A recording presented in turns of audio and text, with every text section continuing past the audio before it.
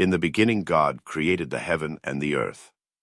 And the earth was without form and void, and darkness was upon the face of the deep. And the Spirit of God moved upon the face of the waters. And God said, Let there be light, and there was light. And God saw the light, that it was good, and God divided the light from the darkness. And God called the light day, and the darkness he called night. And the evening and the morning were the first day. And God said, Let there be a firmament in the midst of the waters, and let it divide the waters from the waters. And God made the firmament, and divided the waters which were under the firmament from the waters which were above the firmament, and it was so. And God called the firmament heaven. And the evening and the morning were the second day. And God said, Let the waters under the heaven be gathered together unto one place, and let the dry land appear, and it was so. And God called the dry land earth, and the gathering together of the waters called he seas, and God saw that it was good. And God said, Let the earth bring forth grass, the herb yielding seed, and the fruit tree yielding fruit after his kind, whose seed is in itself, upon the earth, and it was so. And the earth brought forth grass, and herb yielding seed after his kind, and the tree yielding fruit, whose seed was in itself, after his kind, and God saw that it was good. And the evening and the morning were the third day. And God said, Let there be lights in the firmament of the heaven to divide the day from the night, and let them be for signs, and for seasons, and for days, and years. And let them be for lights in the firmament of the heaven to give light upon the earth, and it was so. And God made two great lights, the greater light to rule the day, and the lesser light to rule the night. He made the stars also. And God set them in the firmament of the heaven to give light upon the earth, and to rule over the day and over the night, and to divide the light from the darkness. And God saw that it was good. And the evening and the morning were the fourth day. And God said, Let the waters bring forth abundantly the moving creature that hath life, and fowl that may fly above the earth in the open firmament of heaven. And God created great whales, and every living creature that moveth, which the waters brought forth abundantly, after their kind, and every winged fowl after his kind, and God saw that it was good. And God blessed them, saying, Be fruitful, and multiply, and fill the waters in the seas, and let fowl multiply in the earth. And the evening and the morning were the fifth day. And God said, Let the earth bring forth the living creature after his kind, cattle, and creeping thing, and beast of the earth after his kind, and it was so. And God made the beast of the earth after his kind, and cattle after their kind, and everything that creepeth upon the earth after his kind, and God saw that it was good. And God said, Let us make man in our image, after our likeness, and let them have dominion over the fish of the sea, and over the fowl of the air, and over the cattle, and over all the earth, and over every creeping thing that creepeth upon the earth. So God created man in his own image, in the image of God created he him, male and female created he them. And God blessed them, and God said unto them, Be fruitful, and multiply, and replenish the earth, and subdue it, and have dominion over the fish of the sea, and over the fowl of the air, and over every living thing that moveth upon the earth. And God said, Behold, I have given you every herb-bearing seed, which is upon the face of all the earth, and every tree, in the which is the fruit of a tree yielding seed, to you it shall be for meat. And to every beast of the earth, and to every fowl of the air, and to everything that creepeth upon the earth, wherein there is life, I have given every green herb for meat, and it was so. And God saw everything that he had made, and, behold, it was very good. And the evening and the morning were the sixth day. Thus the heavens and the earth were finished, and all the host of them. And on the seventh day God ended his work which he had made, and he rested on the seventh day from all his work which he had made. And God blessed the seventh day, and sanctified it, because that in it he had rested from all his work which God created and made. These are the generations of the heavens and of the earth when they were created, in the day that the Lord God made the earth and the heavens. And every plant of the field before it was in the earth, and every herb of the field before it grew, for the Lord God had not caused it to rain upon the earth, and there was not a man to till the ground. But there went up a mist from the earth, and watered the whole face of the ground. And the Lord God formed man of the dust of the ground, and breathed into his nostrils the breath of life, and man became a living soul. And the Lord God planted a garden eastward in Eden, and there he put the man whom he had formed. And out of the ground made the Lord God to grow every tree that is pleasant to the sight, and good for food, the tree of life also in the midst of the garden, and the tree of knowledge of good and evil. And the river went out of Eden to water the garden, and from thence it was parted, and became into 4 heads. The name of the first is Pison, that is it which compasseth the whole land of Havilah, where there is gold. And the gold of that land is good, there is bdellium and the onyx stone. And the name of the second river is Gihon, the same is it that compasseth the whole land of Ethiopia. And the name of the third river is Hiddekel, that is it which goeth toward the east of Assyria. And the fourth river is Euphrates. And the Lord God took the man, and put him into the garden of Eden to dress it and to keep it. And the Lord God commanded the man, saying, Of every tree of the garden thou mayest freely eat. But of the tree of the knowledge of good and evil thou shalt not eat of it, for in the day that thou eatest thereof thou shalt surely die. And the Lord God said, It is not good that the man should be alone, I will make him an helpmeet for him. And out of the ground the Lord God formed every beast of the field, and every fowl of the air, and brought them unto Adam to see what he would call them, and whatsoever Adam called every living creature, that was the name thereof. And Adam gave names to all cattle, and to the fowl of the air, and to every beast of the field, but for Adam there was not found an helpmeet for him. And the Lord God caused a deep sleep to fall upon Adam, and he slept, and he took one of his ribs, and closed up the flesh instead thereof. And the rib, which the Lord God had taken from man, made he a woman, and brought her unto the man. And Adam said, This is now bone of my bones, and flesh of my flesh, she shall be called woman, because she was taken out of man. Therefore shall a man leave his father and his mother, and shall cleave unto his wife, and they shall be one flesh. And they were both naked, the man and his wife, and were not ashamed. Now the serpent was more subtle than any beast of the field which the Lord God had made. And he said unto the woman, Yea, hath God said, Ye shall not eat of every tree of the garden. And the woman said unto the serpent, We may eat of the fruit of the trees of the garden. But of the fruit of the tree which is in the midst of the garden, God hath said, Ye shall not eat of it, neither shall ye touch it, lest ye die. And the serpent said unto the woman, Ye shall not surely die. For God doth know that in the day ye eat thereof, then your eyes shall be opened, and ye shall be as gods, knowing good and evil. And when the woman saw that the tree was good for food, and that it was pleasant to the eyes, and a tree to be desired to make one wise, she took of the fruit thereof, and did eat, and gave also unto her husband with her, and he did eat. And the eyes of them both were opened, and they knew that they were naked, and they sewed fig leaves together, and made themselves aprons. And they heard the voice of the Lord God walking in the garden in the cool of the day, and Adam and his wife hid themselves from the presence of the Lord God amongst the trees of the garden. And the Lord God called unto Adam, and said unto him, Where art thou? And he said, I heard thy voice in the garden, and I was afraid, because I was naked, and I hid myself. And he said, Who told thee that thou wast naked?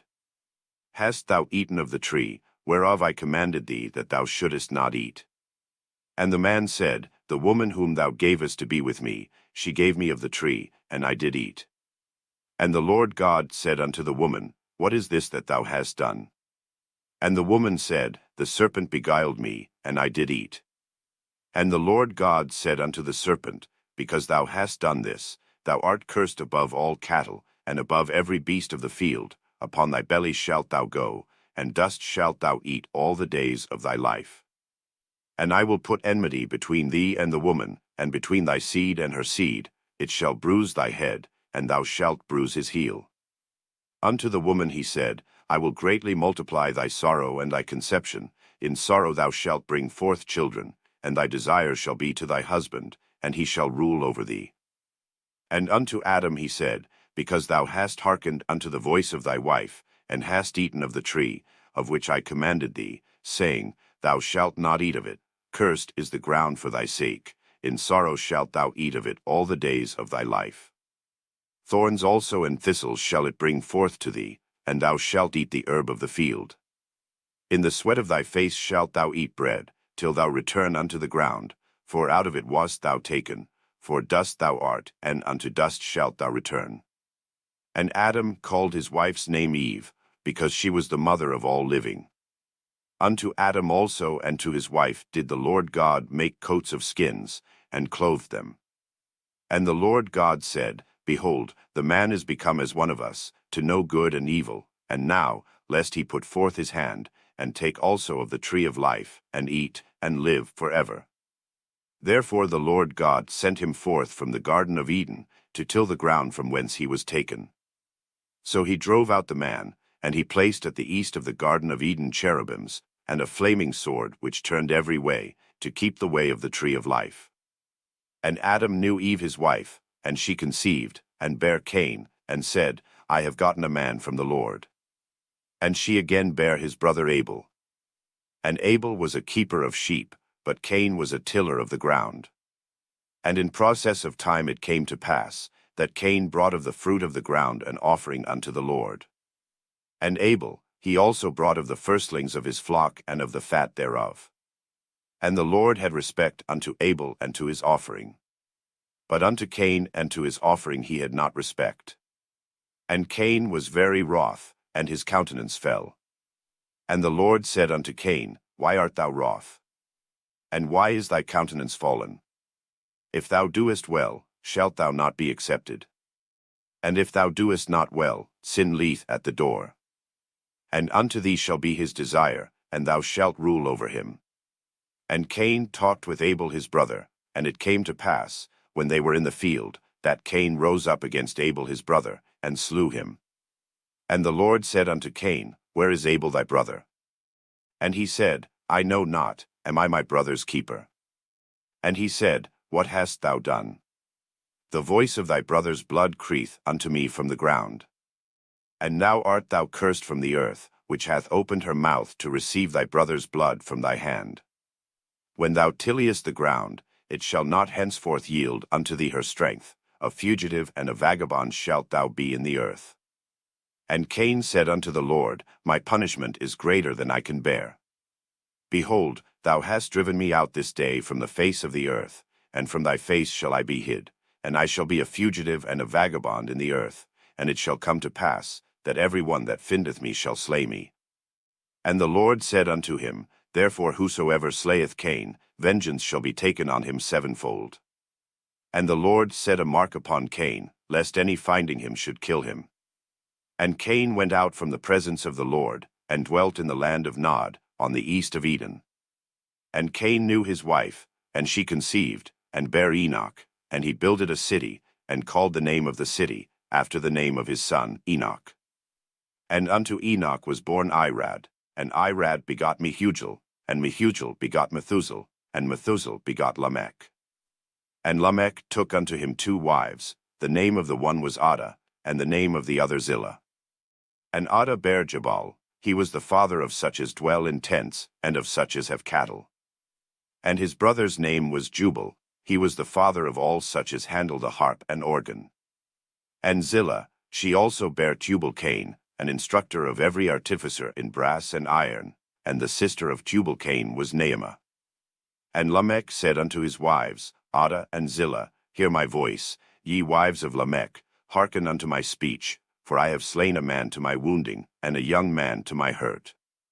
If Cain shall be avenged sevenfold, truly Lamech 70 in sevenfold. And Adam knew his wife again, and she bare a son, and called his name Seth, for God, said she, hath appointed me another seed instead of Abel, whom Cain slew. And to Seth, to him also there was born a son, and he called his name Enos. Then began men to call upon the name of the Lord. This is the book of the generations of Adam. In the day that God created man, in the likeness of God made he him. Male and female created he them, and blessed them, and called their name Adam, in the day when they were created. And Adam lived 130 years, and begot a son in his own likeness, after his image, and called his name Seth. And the days of Adam after he had begotten Seth were 800 years, and he begot sons and daughters. And all the days that Adam lived were 930 years, and he died. And Seth lived 105 years, and begot Enos. And Seth lived after he begot Enos 807 years, and begot sons and daughters. And all the days of Seth were 912 years, and he died. And Enos lived 90 years, and begot Cainan. And Enos lived after he begot Cainan 815 years, and begot sons and daughters. And all the days of Enos were 905 years, and he died. And Cainan lived 70 years, and begot Mahalaleel. And Cainan lived after he begot Mahalaleel 840 years, and begot sons and daughters. And all the days of Cainan were 910 years, and he died. And Mahalaleel lived 65 years, and begot Jared. And Mahalaleel lived after he begot Jared 830 years, and begot sons and daughters. And all the days of Mahalaleel were 895 years, and he died. And Jared lived 162 years, and he begot Enoch. And Jared lived after he begot Enoch 800 years, and begat sons and daughters. And all the days of Jared were 962 years, and he died. And Enoch lived 65 years, and begot Methuselah. And Enoch walked with God after he begot Methuselah 300 years, and begat sons and daughters. And all the days of Enoch were 365 years. And Enoch walked with God, and he was not, for God took him. And Methuselah lived 187 years, and begot Lamech. And Methuselah lived after he begot Lamech 782 years, and begot sons and daughters. And all the days of Methuselah were 969 years, and he died. And Lamech lived 182 years, and begot a son. And he called his name Noah, saying, This same shall comfort us concerning our work and toil of our hands, because of the ground which the Lord hath cursed. And Lamech lived after he begot Noah 595 years, and begot sons and daughters. And all the days of Lamech were 777 years, and he died. And Noah was 500 years old, and Noah begot Shem, Ham, and Japheth. And it came to pass, when men began to multiply on the face of the earth, and daughters were born unto them, that the sons of God saw the daughters of men that they were fair, and they took them wives of all which they chose. And the Lord said, My spirit shall not always strive with man, for that he also is flesh, yet his days shall be 120 years. There were giants in the earth in those days, and also after that, when the sons of God came in unto the daughters of men, and they bare children to them, the same became mighty men which were of old, men of renown. And God saw that the wickedness of man was great in the earth, and that every imagination of the thoughts of his heart was only evil continually. And it repented the Lord that he had made man on the earth, and it grieved him at his heart. And the Lord said, I will destroy man whom I have created from the face of the earth, both man, and beast, and the creeping thing, and the fowls of the air, for it repenteth me that I have made them. But Noah found grace in the eyes of the Lord. These are the generations of Noah. Noah was a just man and perfect in his generations, and Noah walked with God. And Noah begot 3 sons, Shem, Ham, and Japheth. The earth also was corrupt before God, and the earth was filled with violence. And God looked upon the earth, and, behold, it was corrupt, for all flesh had corrupted his way upon the earth. And God said unto Noah, The end of all flesh is come before me, for the earth is filled with violence through them, and, behold, I will destroy them with the earth. Make thee an ark of gopher wood, rooms shalt thou make in the ark, and shalt pitch it within and without with pitch. And this is the fashion which thou shalt make it of. The length of the ark shall be 300 cubits, the breadth of it 50 cubits, and the height of it 30 cubits. A window shalt thou make to the ark, and in a cubit shalt thou finish it above, and the door of the ark shalt thou set in the side thereof, with lower, second, and third stories shalt thou make it. And, behold, I, even I, do bring a flood of waters upon the earth, to destroy all flesh, wherein is the breath of life, from under heaven, and everything that is in the earth shall die. But with thee will I establish my covenant, and thou shalt come into the ark, thou, and thy sons, and thy wife, and thy sons' wives with thee.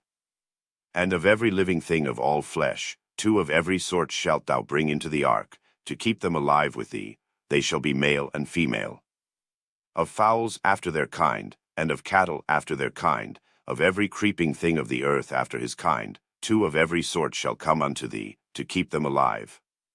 And take thou unto thee of all food that is eaten, and thou shalt gather it to thee, and it shall be for food for thee, and for them. Thus did Noah, according to all that God commanded him, so did he. And the Lord said unto Noah, Come thou and all thy house into the ark, for thee have I seen righteous before me in this generation. Of every clean beast thou shalt take to thee by 7s, the male and his female, and of beasts that are not clean by 2, the male and his female. Of fowls also of the air by 7s, the male and the female, to keep seed alive upon the face of all the earth. For yet 7 days, and I will cause it to rain upon the earth 40 days and 40 nights, and every living substance that I have made will I destroy from off the face of the earth. And Noah did according unto all that the Lord commanded him. And Noah was 600 years old when a flood of waters was upon the earth. And Noah went in, and his sons, and his wife, and his sons' wives with him, into the ark, because of the waters of the flood. Of clean beasts, and of beasts that are not clean, and of fowls, and of everything that creepeth upon the earth. There went in 2 and 2 unto Noah into the ark, the male and the female, as God had commanded Noah. And it came to pass after 7 days, that the waters of the flood were upon the earth. In the 600th year of Noah's life, in the 2nd month, the 17th day of the month, the same day were all the fountains of the great deep broken up, and the windows of heaven were opened. And the rain was upon the earth 40 days and 40 nights. In the selfsame day entered Noah, and Shem, and Ham, and Japheth, the sons of Noah, and Noah's wife, and the 3 wives of his sons with them, into the ark. They, and every beast after his kind, and all the cattle after their kind, and every creeping thing that creepeth upon the earth after his kind, and every fowl after his kind, every bird of every sort. And they went in unto Noah into the ark, 2 and 2 of all flesh, wherein is the breath of life. And they that went in male and female of all flesh, as God had commanded him, and the Lord shut him in. And the flood was 40 days upon the earth, and the waters increased, and bare up the ark, and it was lift up above the earth. And the waters prevailed, and were increased greatly upon the earth, and the ark went upon the face of the waters. And the waters prevailed exceedingly upon the earth, and all the high hills, that were under the whole heaven, were covered. 15 cubits upward did the waters prevail, and the mountains were covered. And all flesh died that moved upon the earth, both of fowl, and of cattle, and of beast, and of every creeping thing that creepeth upon the earth, and every man. All in whose nostrils was the breath of life, of all that was in the dry land, died. And every living substance was destroyed which was upon the face of the ground, both man, and cattle, and the creeping things, and the fowl of the heaven, and they were destroyed from the earth. And Noah only remained alive, and they that were with him in the ark. And the waters prevailed upon the earth 150 days. And God remembered Noah, and every living thing, and all the cattle that was with him in the ark. And God made a wind to pass over the earth, and the waters assuaged. The fountains also of the deep and the windows of heaven were stopped, and the rain from heaven was restrained. And the waters returned from off the earth continually, and after the end of the 150 days the waters were abated. And the ark rested in the 7th month, on the 17th day of the month, upon the mountains of Ararat. And the waters decreased continually until the 10th month. In the 10th month, on the 1st day of the month, were the tops of the mountains seen. And it came to pass at the end of 40 days, that Noah opened the window of the ark which he had made. And he sent forth a raven, which went forth to and fro, until the waters were dried up from off the earth.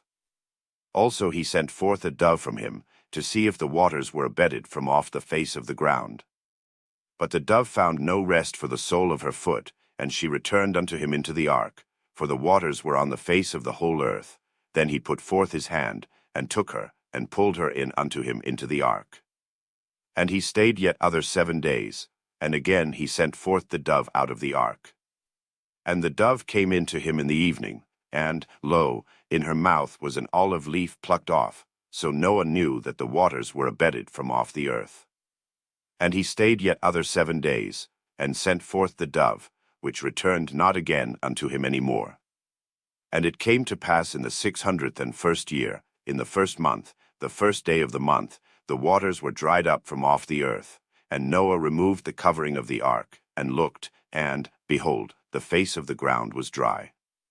And in the 2nd month, on the 27th day of the month, was the earth dried. And God spake unto Noah, saying, Go forth of the ark, thou, and thy wife, and thy sons wives with thee. Bring forth with thee every living thing that is with thee, of all flesh, both of fowl, and of cattle, and of every creeping thing that creepeth upon the earth, that they may breed abundantly in the earth, and be fruitful, and multiply upon the earth. And Noah went forth, and his sons, and his wife, and his sons' wives with him. Every beast, every creeping thing, and every fowl, and whatsoever creepeth upon the earth, after their kinds, went forth out of the ark. And Noah builded an altar unto the Lord, and took of every clean beast, and of every clean fowl, and offered burnt offerings on the altar. And the Lord smelled a sweet savor, and the Lord said in his heart, I will not again curse the ground any more for man's sake, for the imagination of man's heart is evil from his youth, neither will I again smite any more everything living, as I have done. While the earth remaineth, seed time and harvest, and cold and heat, and summer and winter, and day and night shall not cease. And God blessed Noah and his sons, and said unto them, Be fruitful, and multiply, and replenish the earth.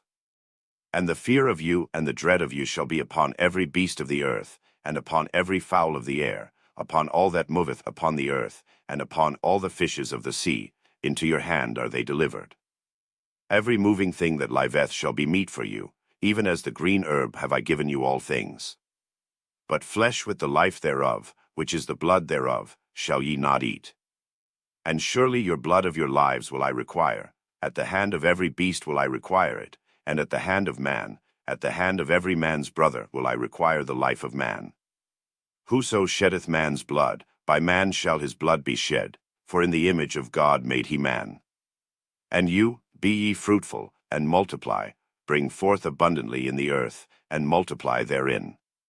And God spake unto Noah, and to his sons with him, saying, And I, behold, I establish my covenant with you, and with your seed after you, and with every living creature that is with you, of the fowl, of the cattle, and of every beast of the earth with you, from all that go out of the ark, to every beast of the earth. And I will establish my covenant with you, neither shall all flesh be cut off any more by the waters of a flood, neither shall there any more be a flood to destroy the earth.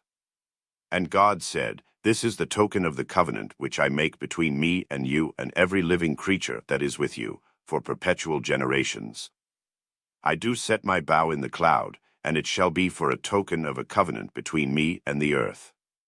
And it shall come to pass, when I bring a cloud over the earth, that the bow shall be seen in the cloud. And I will remember my covenant, which is between me and you and every living creature of all flesh, and the waters shall no more become a flood to destroy all flesh. And the bow shall be in the cloud, and I will look upon it, that I may remember the everlasting covenant between God and every living creature of all flesh that is upon the earth. And God said unto Noah, This is the token of the covenant, which I have established between me and all flesh that is upon the earth. And the sons of Noah that went forth of the ark were Shem, and Ham, and Japheth, and Ham is the father of Canaan. These are the 3 sons of Noah, and of them was the whole earth overspread. And Noah began to be an husbandman, and he planted a vineyard. And he drank of the wine, and was drunken, and he was uncovered within his tent. And Ham, the father of Canaan, saw the nakedness of his father, and told his 2 brethren without. And Shem and Japheth took a garment, and laid it upon both their shoulders, and went backward, and covered the nakedness of their father, and their faces were backward, and they saw not their father's nakedness. And Noah awoke from his wine, and knew what his younger son had done unto him. And he said, Cursed be Canaan, a servant of servants shall he be unto his brethren. And he said, Blessed be the Lord God of Shem, and Canaan shall be his servant. God shall enlarge Japheth, and he shall dwell in the tents of Shem, and Canaan shall be his servant.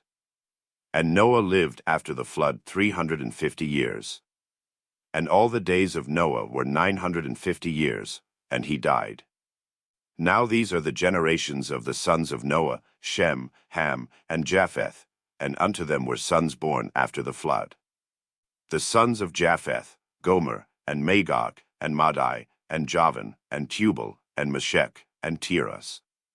And the sons of Gomer, Ashkenaz, and Riphath, and Togarmah. And the sons of Javan, Elisha, and Tarshish, Kittim, and Dodanim. By these were the isles of the Gentiles divided in their lands, every one after his tongue, after their families, in their nations. And the sons of Ham, Cush, and Mizraim, and Phut, and Canaan. And the sons of Cush, Seba, and Havilah, and Sabta, and Ramah, and Septeka, and the sons of Ramah, Sheba, and Dedan. And Cush begot Nimrod, he began to be a mighty one in the earth. He was a mighty hunter before the Lord, wherefore it is said, even as Nimrod the mighty hunter before the Lord. And the beginning of his kingdom was Babel, and Erech, and Akkad, and Calneh, in the land of Shinar. Out of that land went forth Ashur, and builded Nineveh, and the city Rehoboth, and Calah. And Rezin between Nineveh and Calah, the same is a great city. And Mizraim begot Lodim, and Anamim, and Lehabim, and Naphtahim. And Pathrosim, and Casloim, out of whom came Philistim, and Caphtorim. And Canaan begot Sidon his firstborn, and Hate. And the Jebusite, and the Amorite, and the Girgasite. And the Hivite, and the Archite, and the Sinite. And the Arvadite, and the Zemarite, and the Hamathite, and afterward were the families of the Canaanites spread abroad.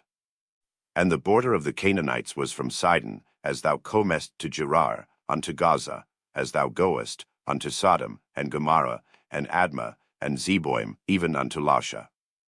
These are the sons of Ham, after their families, after their tongues, in their countries, and in their nations.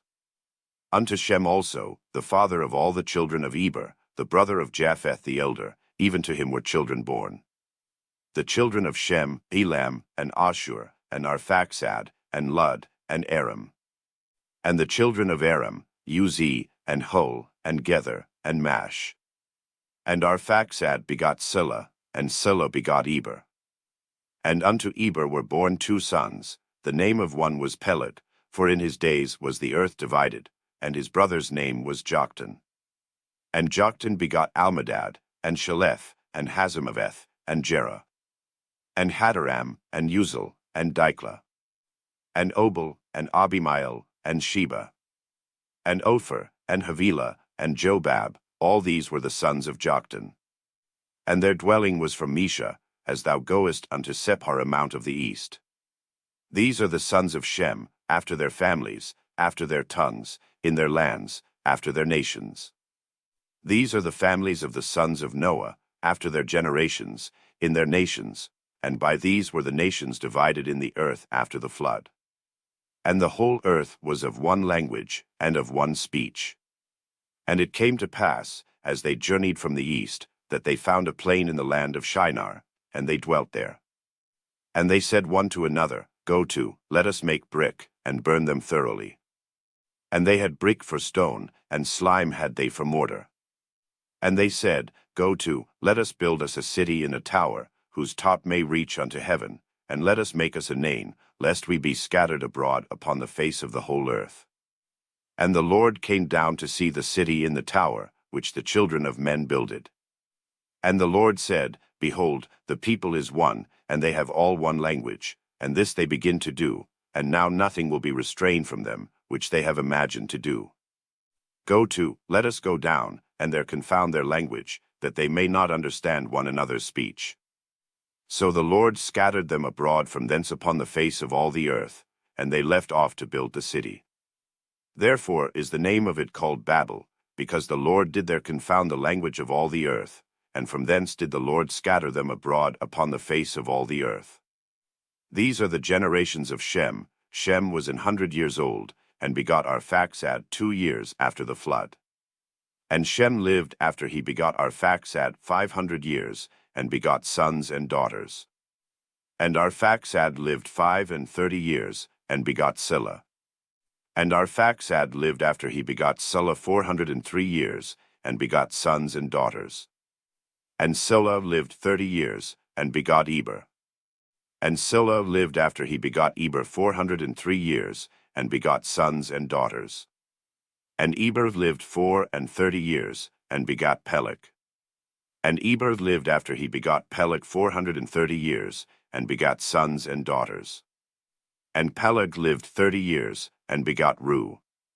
And Peleg lived after he begot Reu 209 years, and begot sons and daughters. And Reu lived 32 years, and begot Serug. And Reu lived after he begot Serug 207 years, and begot sons and daughters. And Serug lived 30 years, and begot Nahor. And Serug lived after he begot Nahor 200 years, and begot sons and daughters. And Nahor lived 29 years, and begot Terah. And Nahor lived after he begot Terah 119 years, and begot sons and daughters. And Terah lived 70 years, and begot Abram, Nahor, and Haran. Now these are the generations of Terah. Terah begot Abram, Nahor, and Haran begot Lot. And Haran died before his father Terah in the land of his nativity, in Ur of the Chaldees.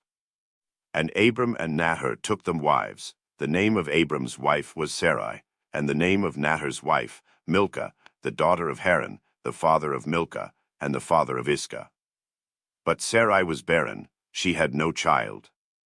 And Terah took Abram his son, and Lot the son of Haran his son's son, and Sarai his daughter-in-law, his son Abram's wife, and they went forth with them from Ur of the Chaldees, to go into the land of Canaan, and they came unto Haran, and dwelt there.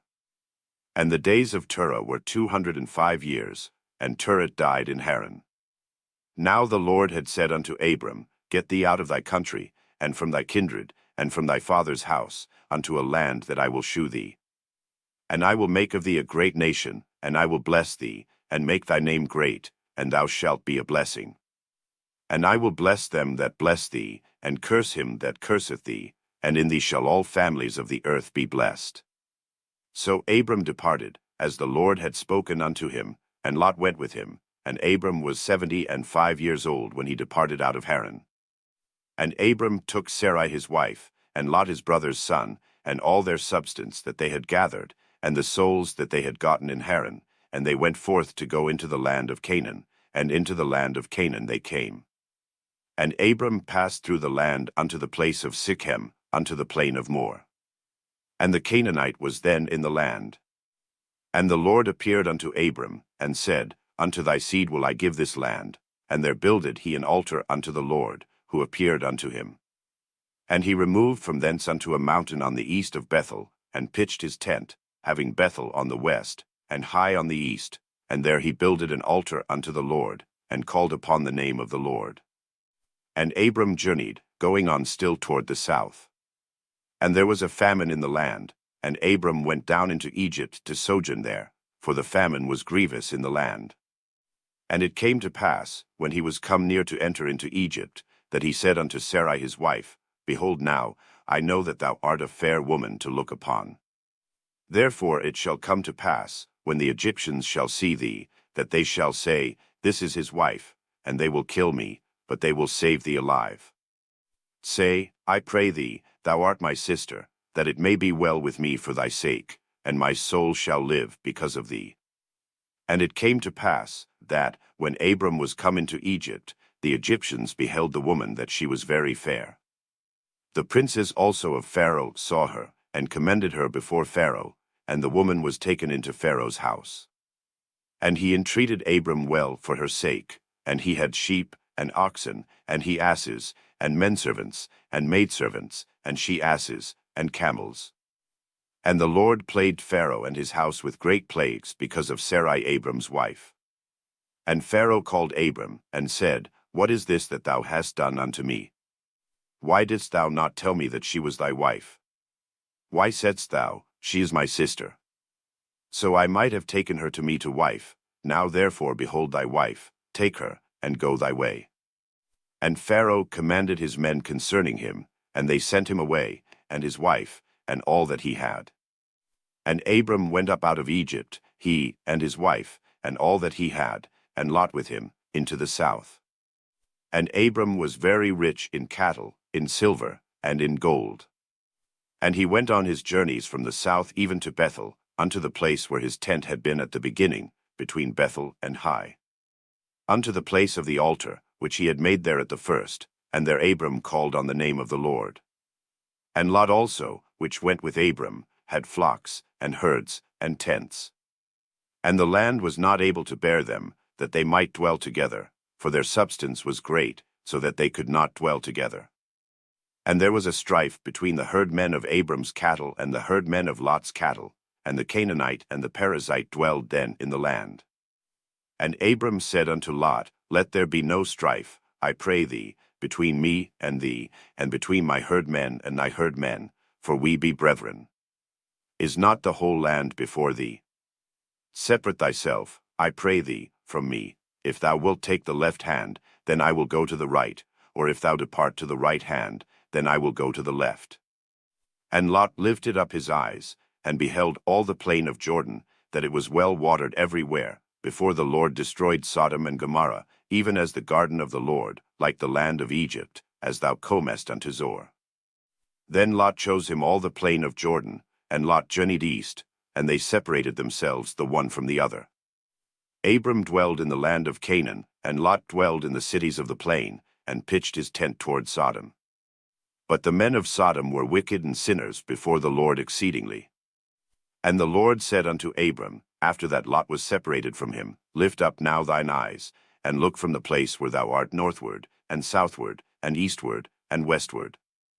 For all the land which thou sayest, to thee will I give it, and to thy seed forever. And I will make thy seed as the dust of the earth, so that if a man can number the dust of the earth, then shall thy seed also be numbered. Arise, walk through the land in the length of it and in the breadth of it, for I will give it unto thee. Then Abram removed his tent, and came and dwelt in the plain of Mamre, which is in Hebron, and built there an altar unto the Lord. And it came to pass in the days of Amraphel king of Shinar, Arioch king of Elasa, Kedorlaomer king of Elam, and Tidal king of nations, that these made war with Bera king of Sodom, and with Bershah king of Gomorrah, Shernab king of Admah, and Shemeber king of Zeboim, and the king of Bela, which is Zor. All these were joined together in the vale of Siddim, which is the salt sea. 12 years they served Kedorlaomer, and in the 13th year they rebelled. And in the 14th year came Kedorlaomer, and the kings that were with him, and smote the Rephaims in Ashtaroth Karnaim, and the Zuzims in Ham, and the Eames in Shave Kiriathaim, and the Horites in their Mount Seir, unto Elparan, which is by the wilderness. And they returned, and came to Enmishpat, which is Kadesh, and smote all the country of the Amalekites, and also the Amorites, that dwelt in Hazazodamar. And there went out the king of Sodom, and the king of Gomorrah, and the king of Admah, and the king of Zeboim, and the king of Bela, the same is Zor, and they joined battle with them in the vale of Siddim. With Kedorlaomer the king of Elam, and with Tidal king of nations, and Amraphel king of Shinar, and Arioch king of Elasa, for kings with 5. And the vale of Siddim was full of slime pits, and the kings of Sodom and Gomorrah fled, and fell there, and they that remained fled to the mountain. And they took all the goods of Sodom and Gomorrah, and all their victuals, and went their way. And they took Lot, Abram's brother's son, who dwelt in Sodom, and his goods, and departed. And there came one that had escaped, and told Abram the Hebrew, for he dwelt in the plain of Mamre the Amorite, brother of Eshcol, and brother of Aner, and these were confederate with Abram. And when Abram heard that his brother was taken captive, he armed his trained servants, born in his own house, 318, and pursued them unto Dan.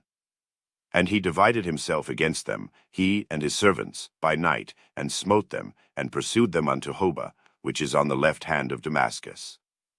And he brought back all the goods, and also brought again his brother Lot, and his goods, and the women also, and the people. And the king of Sodom went out to meet him after his return from the slaughter of Kedar-Laomer, and of the kings that were with him, at the valley of Shave, which is the king's dale. And Melchizedek king of Salem brought forth bread and wine, and he was the priest of the Most High God. And he blessed him, and said, Blessed be Abram of the Most High God, possessor of heaven and earth. And blessed be the Most High God, which hath delivered thine enemies into thy hand. And he gave him tithes of all. And the king of Sodom said unto Abram, Give me the persons, and take the goods to thyself. And Abram said to the king of Sodom, I have lifted up mine hand unto the Lord, the Most High God, the possessor of heaven and earth, that I will not take from a thread even to a shilachet, and that I will not take anything that is thine, lest thou shouldest say, I have made Abram rich. Save only that which the young men have eaten, and the portion of the men which went with me, Aner, Eshcol, and Mamre, let them take their portion. After these things the word of the Lord came unto Abram in a vision, saying, Fear not, Abram, I am thy shield, and thy exceeding great reward. And Abram said, Lord God, what wilt thou give me, seeing I go childless, and the steward of my house is this Eliezer of Damascus? And Abram said, Behold, to me thou hast given no seed, and, lo, one born in my house is mine heir.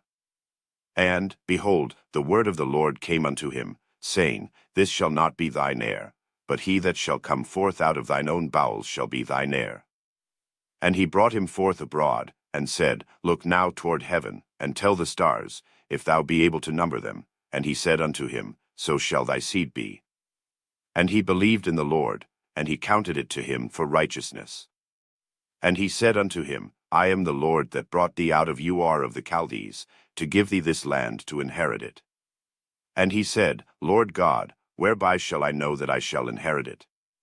And he said unto him, Take me an heifer of 3 years old, and a she-goat of 3 years old, and a ram of 3 years old, and a turtle-dove, and a young pigeon. And he took unto him all these, and divided them in the midst, and laid each piece one against another, but the birds divided he not.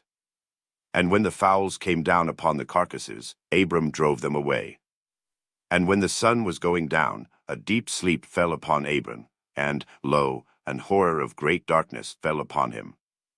And he said unto Abram, Know of a surety that thy seed shall be a stranger in a land that is not theirs, and shall serve them, and they shall afflict them 400 years. And also that nation, whom they shall serve, will I judge, and afterwards shall they come out with great substance. And thou shalt go to thy fathers in peace, thou shalt be buried in a good old age. But in the 4th generation they shall come hither again, for the iniquity of the Amorites is not yet full. And it came to pass, that, when the sun went down, and it was dark, behold a smoking furnace, and a burning lamp that passed between those pieces. In the same day the Lord made a covenant with Abram, saying, Unto thy seed have I given this land, from the river of Egypt unto the great river, the river Euphrates. The Kenite, and the Kenizzites, and the Cadmonites, and the Hittites, and the Perizzites, and the Rephaims, and the Amorites, and the Canaanites, and the Girgashites, and the Jebusites. Now Sarai Abram's wife bare him no children, and she had an handmaid, an Egyptian, whose name was Hagar.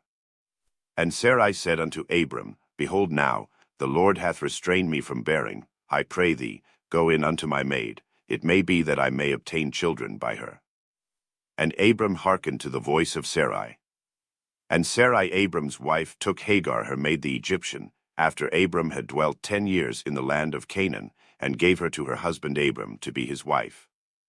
And he went in unto Hagar, and she conceived, and when she saw that she had conceived, her mistress was despised in her eyes.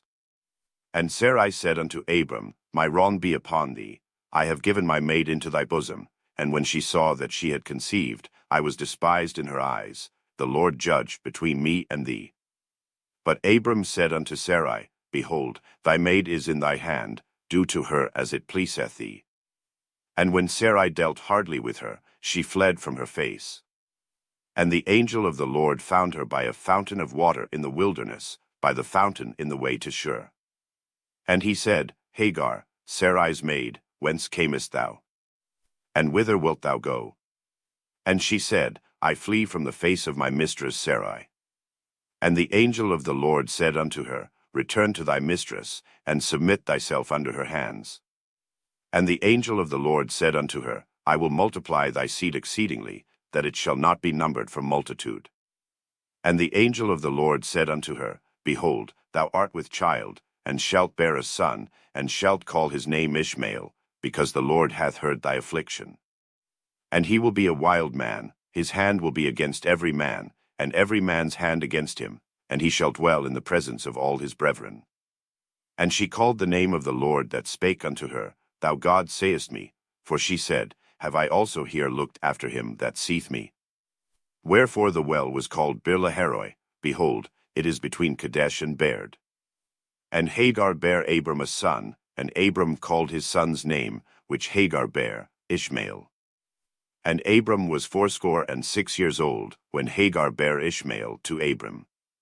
And when Abram was 90 years old and 9, the Lord appeared to Abram, and said unto him, I am the Almighty God, walk before me, and be thou perfect.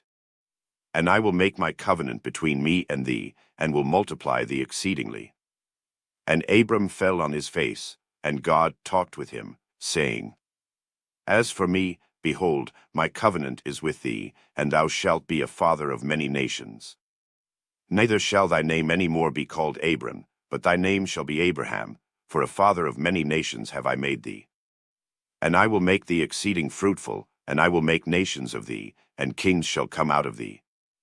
And I will establish my covenant between me and thee and thy seed after thee in their generations for an everlasting covenant, to be a God unto thee, and to thy seed after thee.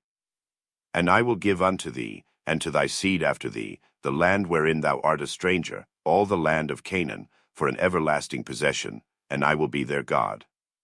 And God said unto Abraham, Thou shalt keep my covenant therefore, thou, and thy seed after thee in their generations. This is my covenant, which ye shall keep, between me and you and thy seed after thee. Every man child among you shall be circumcised. And ye shall circumcise the flesh of your foreskin, and it shall be a token of the covenant betwixt me and you. And he that is 8 days old shall be circumcised among you, every man child in your generations, he that is born in the house, or bought with money of any stranger, which is not of thy seed. He that is born in thy house, and he that is bought with thy money, must needs be circumcised, and my covenant shall be in your flesh for an everlasting covenant. And the uncircumcised man-child whose flesh of his foreskin is not circumcised, that soul shall be cut off from his people, he hath broken my covenant.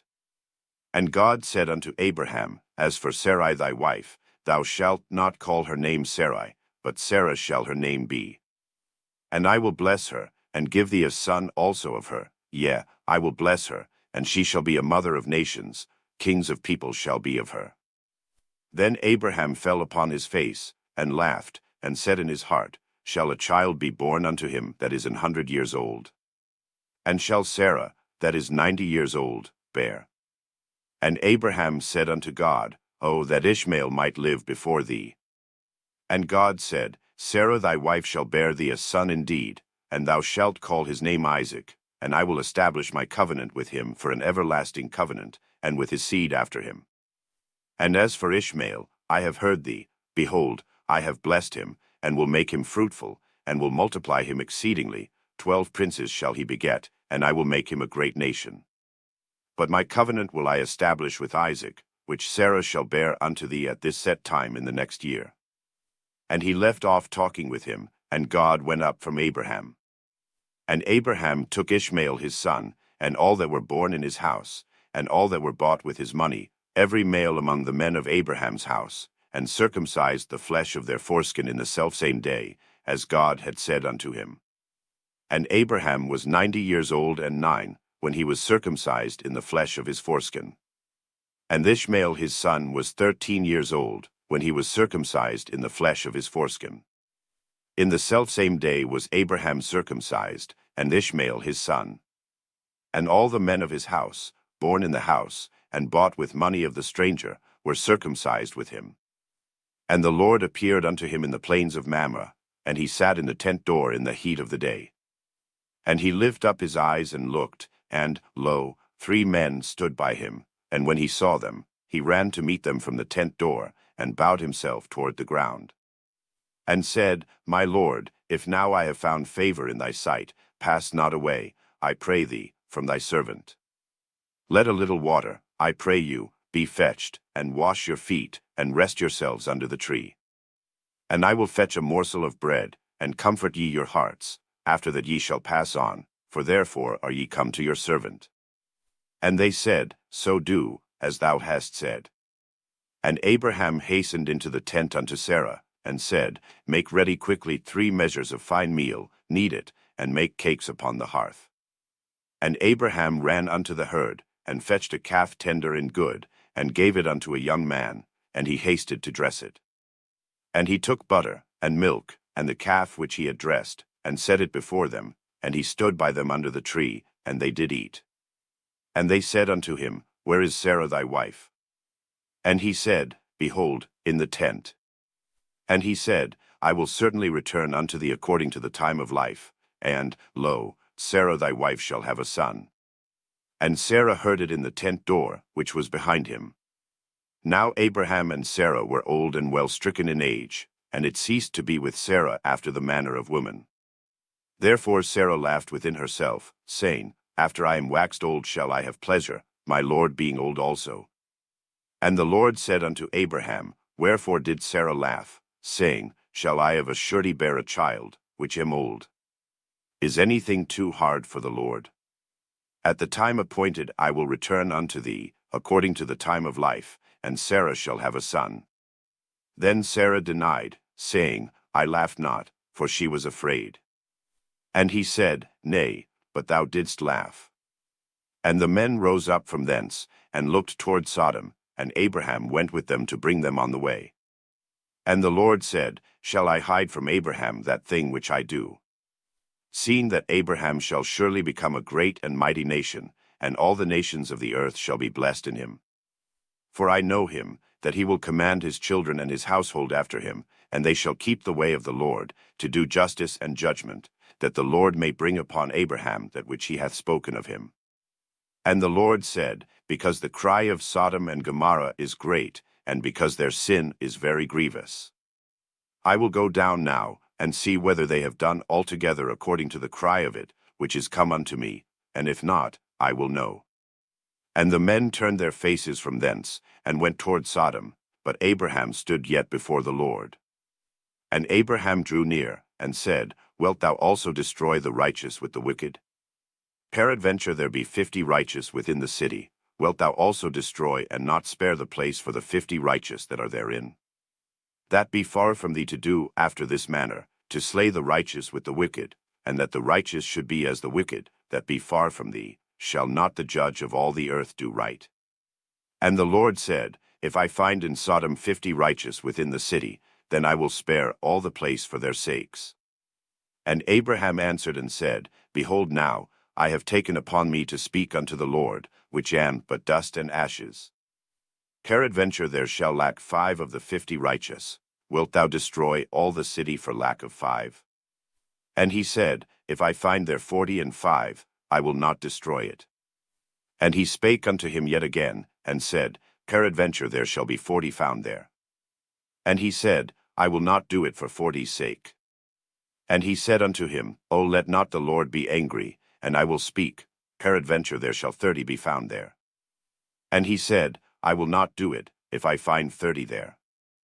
And he said, Behold now, I have taken upon me to speak unto the Lord, peradventure there shall be 20 found there. And he said, I will not destroy it for 20's sake. And he said, O let not the Lord be angry, and I will speak yet but this once, peradventure 10 shall be found there. And he said, I will not destroy it for 10's sake. And the Lord went his way, as soon as he had left communing with Abraham, and Abraham returned unto his place. And there came 2 angels to Sodom at even, and Lot sat in the gate of Sodom, and Lot seeing them rose up to meet them, and he bowed himself with his face toward the ground. And he said, Behold now, my lords, turn in, I pray you, into your servant's house, and tarry all night, and wash your feet, and ye shall rise up early, and go on your ways. And they said, Nay, but we will abide in the street all night. And he pressed upon them greatly, and they turned in unto him, and entered into his house, and he made them a feast, and did bake unleavened bread, and they did eat. But before they lay down, the men of the city, even the men of Sodom, compassed the house round, both old and young, all the people from every quarter. And they called unto Lot, and said unto him, Where are the men which came in to thee this night? Bring them out unto us, that we may know them. And Lot went out at the door unto them, and shut the door after him. And said, I pray you, brethren, do not so wickedly. Behold now, I have 2 daughters which have not known man. Let me, I pray you, bring them out unto you, and ye to them as is good in your eyes. Only unto these men do nothing, for therefore came they under the shadow of my roof. And they said, Stand back. And they said again, This one fellow came in to sojourn, and he will needs be a judge. Now will we deal worse with thee than with them. And they pressed sore upon the man, even Lot, and came near to break the door. But the men put forth their hand, and pulled Lot into the house to them, and shut to the door. And they smote the men that were at the door of the house with blindness, both small and great, so that they wearied themselves to find the door. And the men said unto Lot, Hast thou here any besides? Son-in-law, and thy sons, and thy daughters, and whatsoever thou hast in a city, bring them out of this place. For we will destroy this place, because the cry of them is waxen great before the face of the Lord, and the Lord hath sent us to destroy it. And Lot went out, and spake unto his sons-in-law, which married his daughters, and said, Up, get you out of this place, for the Lord will destroy this city. But he seemed as one that mocked unto his sons-in-law. And when the morning arose, then the angels hastened Lot, saying, Arise, take thy wife, and thy 2 daughters, which are here, lest thou be consumed in the iniquity of the city. And while he lingered, the men laid hold upon his hand, and upon the hand of his wife, and upon the hand of his 2 daughters, the Lord being merciful unto him, and they brought him forth, and set him without the city. And it came to pass, when they had brought them forth abroad, that he said, Escape for thy life, look not behind thee, neither stay thou in all the plain, escape to the mountain, lest thou be consumed. And Lot said unto them, Oh, not so, my lord. Behold now, thy servant hath found grace in thy sight, and thou hast magnified thy mercy, which thou hast shewed unto me in saving my life, and I cannot escape to the mountain, lest some evil take me, and I die. Behold now, this city is near to flee unto, and it is a little one. Oh, let me escape thither. Is it not a little one, and my soul shall live? And he said unto him, See, I have accepted thee concerning this thing also, that I will not overthrow this city, for the which thou hast spoken. Haste thee, escape thither, for I cannot do anything till thou be come thither. Therefore the name of the city was called Zor. The sun was risen upon the earth when Lot entered into Zor. Then the Lord rained upon Sodom and upon Gomorrah brimstone and fire from the Lord out of heaven. And he overthrew those cities, and all the plain, and all the inhabitants of the cities, and that which grew upon the ground. But his wife looked back from behind him, and she became a pillar of salt. And Abraham gat up early in the morning to the place where he stood before the Lord. And he looked toward Sodom and Gomorrah, and toward all the land of the plain, and beheld, and, lo, the smoke of the country went up as the smoke of a furnace. And it came to pass, when God destroyed the cities of the plain, that God remembered Abraham, and sent Lot out of the midst of the overthrow, when he overthrew the cities in the which Lot dwelt. And Lot went up out of Zor, and dwelt in the mountain, and his 2 daughters with him, for he feared to dwell in Zor, and he dwelt in a cave, he and his 2 daughters. And the firstborn said unto the younger, Our father is old, and there is not a man in the earth to come in unto us after the manner of all the earth. Come, let us make our father drink wine, and we will lie with him, that we may preserve seed of our father. And they made their father drink wine that night, and the firstborn went in, and lay with her father, and he perceived not when she lay down, nor when she arose.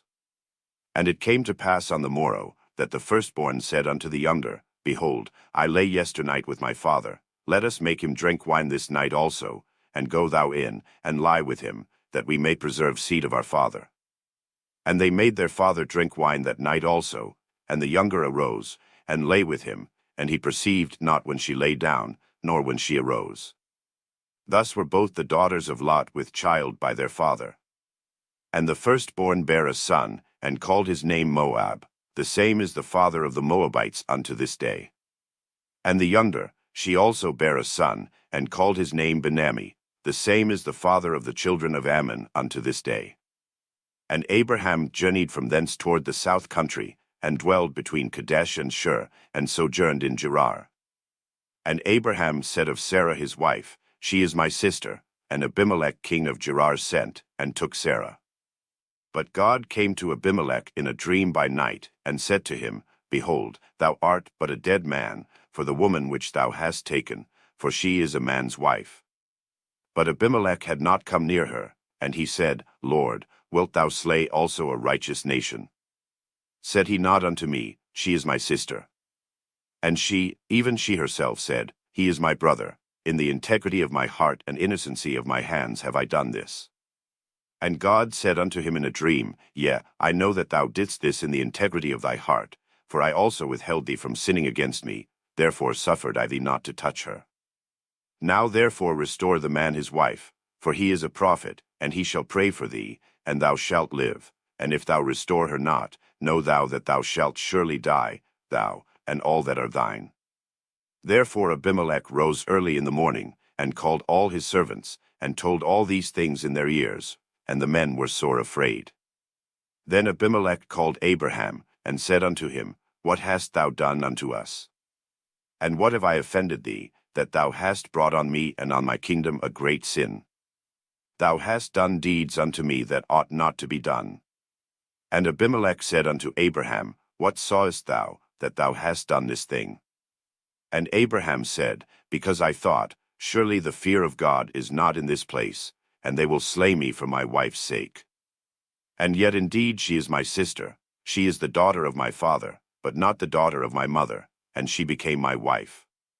And it came to pass, when God caused me to wander from my father's house, that I said unto her, This is thy kindness which thou shalt shew unto me. At every place whither we shall come, say of me, He is my brother. And Abimelech took sheep, and oxen, and menservants, and womenservants, and gave them unto Abraham, and restored him Sarah his wife. And Abimelech said, Behold, my land is before thee, dwell where it pleaseth thee. And unto Sarah he said, Behold, I have given thy brother 1,000 pieces of silver. Behold, he is to thee a covering of the eyes, unto all that are with thee, and with all other. Thus she was reproved. So Abraham prayed unto God, and God healed Abimelech, and his wife, and his maidservants, and they bare children. For the Lord had fast closed up all the wombs of the house of Abimelech, because of Sarah Abraham's wife. And the Lord visited Sarah as he had said, and the Lord did unto Sarah as he had spoken. For Sarah conceived, and bare Abraham a son in his old age, at the set time of which God had spoken to him. And Abraham called the name of his son that was born unto him, whom Sarah bare to him, Isaac. And Abraham circumcised his son Isaac, being 8 days old, as God had commanded him. And Abraham was 100 years old, when his son Isaac was born unto him. And Sarah said, God hath made me to laugh, so that all that hear will laugh with me. And she said, Who would have said unto Abraham, that Sarah should have given children suck? For I have borne him a son in his old age. And the child grew, and was weaned, and Abraham made a great feast the same day that Isaac was weaned. And Sarah saw the son of Hagar the Egyptian, which she had borne unto Abraham, mocking. Wherefore she said unto Abraham, Cast out this bondwoman and her son, for the son of this bondwoman shall not be heir with my son, even with Isaac. And the thing was very grievous in Abraham's sight because of his son. And God said unto Abraham, Let it not be grievous in thy sight because of the lad, and because of thy bondwoman. In all that Sarah hath said unto thee, hearken unto her voice, for in Isaac shall thy seed be called. And also of the son of the bondwoman will I make a nation, because he is thy seed. And Abraham rose up early in the morning, and took bread, and a bottle of water, and gave it unto Hagar, putting it on her shoulder, and the child, and sent her away, and she departed, and wandered in the wilderness of Beersheba. And the water was spent in the bottle, and she cast the child under one of the shrubs.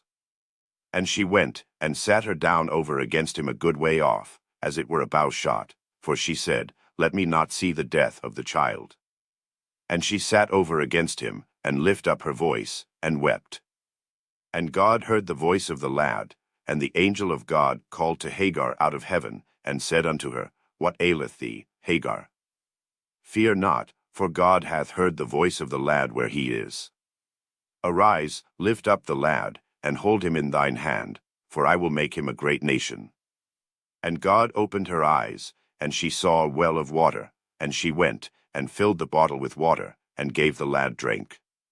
And God was with the lad, and he grew, and dwelt in the wilderness, and became an archer. And he dwelt in the wilderness of Paran, and his mother took him a wife out of the land of Egypt.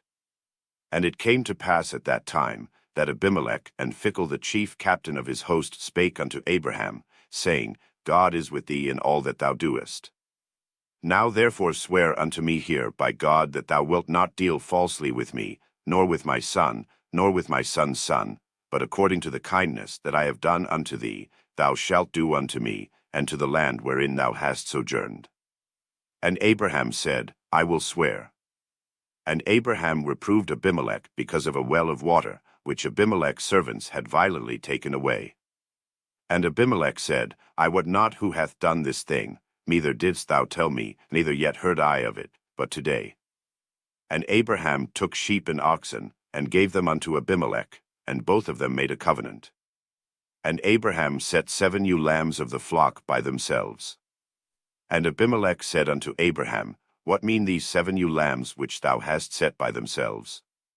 And he said, For these 7 ewe lambs shalt thou take of my hand, that they may be a witness unto me, that I have did this well. Wherefore he called that place Beersheba, because there they sware both of them. Thus they made a covenant at Beersheba. Then Abimelech rose up, and Phicol the chief captain of his host, and they returned into the land of the Philistines. And Abraham planted a grove in Beersheba, and called there on the name of the Lord, the everlasting God. And Abraham sojourned in the Philistines' land many days. And it came to pass after these things, that God did tempt Abraham, and said unto him, Abraham. And he said, Behold, here I am. And he said, Take now thy son, thine only son Isaac, whom thou lovest, and get thee into the land of Moriah, and offer him there for a burnt offering upon one of the mountains which I will tell thee of. And Abraham rose up early in the morning, and saddled his ass, and took 2 of his young men with him, and Isaac his son, and clave the wood for the burnt offering, and rose up, and went unto the place of which God had told him. Then on the 3rd day Abraham lifted up his eyes, and saw the place afar off. And Abraham said unto his young men, Abide ye here with the ass, and I and the lad will go yonder and worship, and come again to you. And Abraham took the wood of the burnt offering, and laid it upon Isaac his son, and he took the fire in his hand, and a knife, and they went both of them together. And Isaac spake unto Abraham his father, and said, My father. And he said, Here am I, my son. And he said, Behold the fire and the wood, but where is the lamb for a burnt offering? And Abraham said, My son, God will provide himself a lamb for a burnt offering. So they went both of them together. And they came to the place which God had told him of, and Abraham built an altar there, and laid the wood in order, and bound Isaac his son, and laid him on the altar upon the wood. And Abraham stretched forth his hand, and took the knife to slay his son. And the angel of the Lord called unto him out of heaven, and said, Abraham, Abraham. And he said, Here am I. And he said, Lay not thine hand upon the lad, neither do thou anything unto him. For now I know that thou fearest God, seeing thou hast not withheld thy son, thine only son, from me. And Abraham lifted up his eyes, and looked, and behold behind him a ram caught in a thicket by his horns. And Abraham went and took the ram, and offered him up for a burnt offering in the stead of his son. And Abraham called the name of that place Jehovah-Jireh, as it is said to this day, In the mount of the Lord it shall be seen. And the angel of the Lord called unto Abraham out of heaven the second time, and said, By myself have I sworn, saith the Lord, for because thou hast done this thing, and hast not withheld thy son, thine only son, that in blessing I will bless thee, and in multiplying I will multiply thy seed as the stars of the heaven, and as the sand which is upon the seashore, and thy seed shall possess the gate of his enemies. And in thy seed shall all the nations of the earth be blessed, because thou hast obeyed my voice. So Abraham returned unto his young men, and they rose up and went together to Beersheba, and Abraham dwelt at Beersheba. And it came to pass after these things, that it was told Abraham, saying, Behold, Milcah, she hath also borne children unto thy brother Nahor. Huz his firstborn, and Buz his brother, and Kemuel the father of Aram. And Chesed, and Hazo, and Pildash, and Jidlaph, and Bethuel. And Bethuel begot Rebekah. These 8 Milcah did bear to Nahor, Abraham's brother. And his concubine, whose name was Reumah, she bare also Tebah, and Gaham, and the Hash, and Maachah. And Sarah was 127 years old. These were the years of the life of Sarah. And Sarah died in Kirjatharba, the same is Hebron in the land of Canaan, and Abraham came to mourn for Sarah, and to weep for her. And Abraham stood up from before his dead, and spake unto the sons of Het, saying, I am a stranger and a sojourner with you. Give me a possession of a burying place with you, that I may bury my dead out of my sight. And the children of Het answered Abraham, saying unto him, Hear us, my lord, thou art a mighty prince among us. In the choice of our sepulchres bury thy dead. None of us shall withhold from thee his sepulchre, but that thou mayest bury thy dead. And Abraham stood up, and bowed himself to the people of the land, even to the children of Het. And he communed with them, saying, If it be your mind that I should bury my dead out of my sight, hear me, and entreat for me to Ephron the son of Zohar, that he may give me the cave of Machpelah, which he hath, which is in the end of his field, for as much money as it is worth he shall give it me for a possession of a burying place amongst you. And Ephron dwelt among the children of Het, and Ephron the Hittite answered Abraham in the audience of the children of Het, even of all that went in at the gate of his city, saying, Nay, my lord, hear me, the field give I thee, and the cave that is therein, I give it thee, in the presence of the sons of my people give I it thee, bury thy dead. And Abraham bowed down himself before the people of the land. And he spake unto Ephron in the audience of the people of the land, saying, But if thou wilt give it, I pray thee, hear me, I will give thee money for the field, take it of me, and I will bury my dead there. And Ephron answered Abraham, saying unto him, My lord, hearken unto me, the land is worth 400 shekels of silver. What is that betwixt me and thee? Bury therefore thy dead. And Abraham hearkened unto Ephron, and Abraham weighed to Ephron the silver, which he had named in the audience of the sons of Het, 400 shekels of silver, current money with the merchant. And the field of Ephron, which was in Machpelah, which was before Mamre, the field, and the cave which was therein, and all the trees that were in the field, that were in all the borders round about, were made sure unto Abraham for a possession in the presence of the children of Het, before all that went in at the gate of his city. And after this, Abraham buried Sarah his wife in a cave of the field of Machpelah before Mamre, the same is Hebron in the land of Canaan.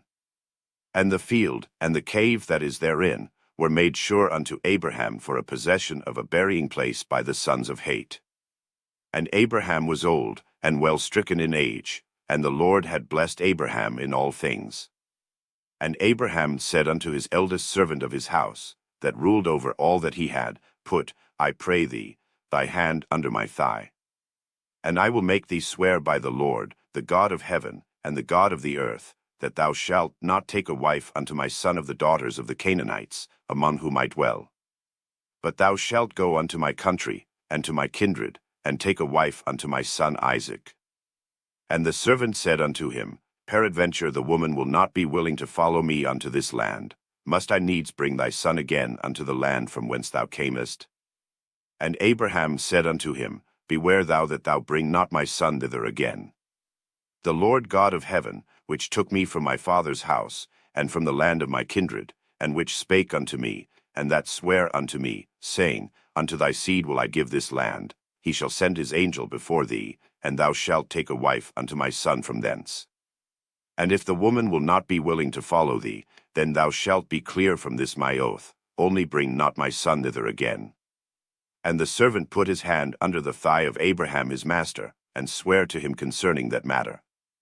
And the servant took 10 camels of the camels of his master, and departed, for all the goods of his master were in his hand. And he arose, and went to Mesopotamia, unto the city of Nahor. And he made his camels to kneel down without the city by a well of water at the time of the evening, even the time that women go out to draw water. And he said, O Lord God of my master Abraham, I pray thee, send me good speed this day, and shew kindness unto my master Abraham.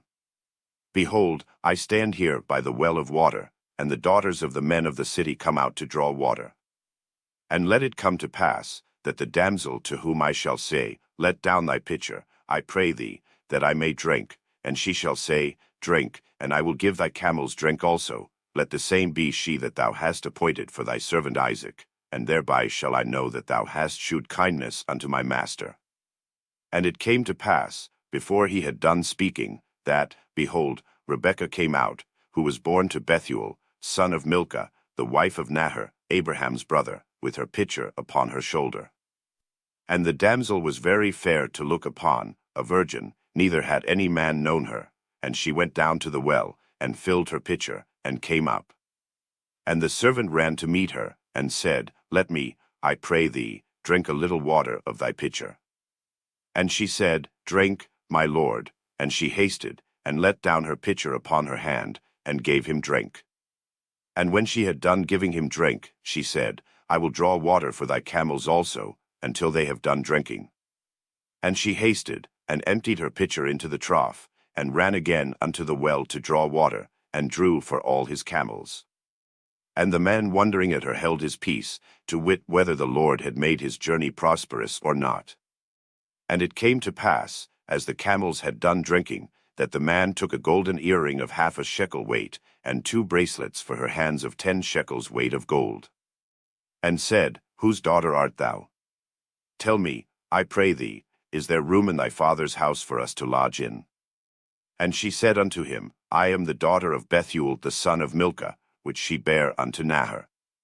She said moreover unto him, We have both straw and provender enough, and room to lodge in. And the man bowed down his head, and worshipped the Lord.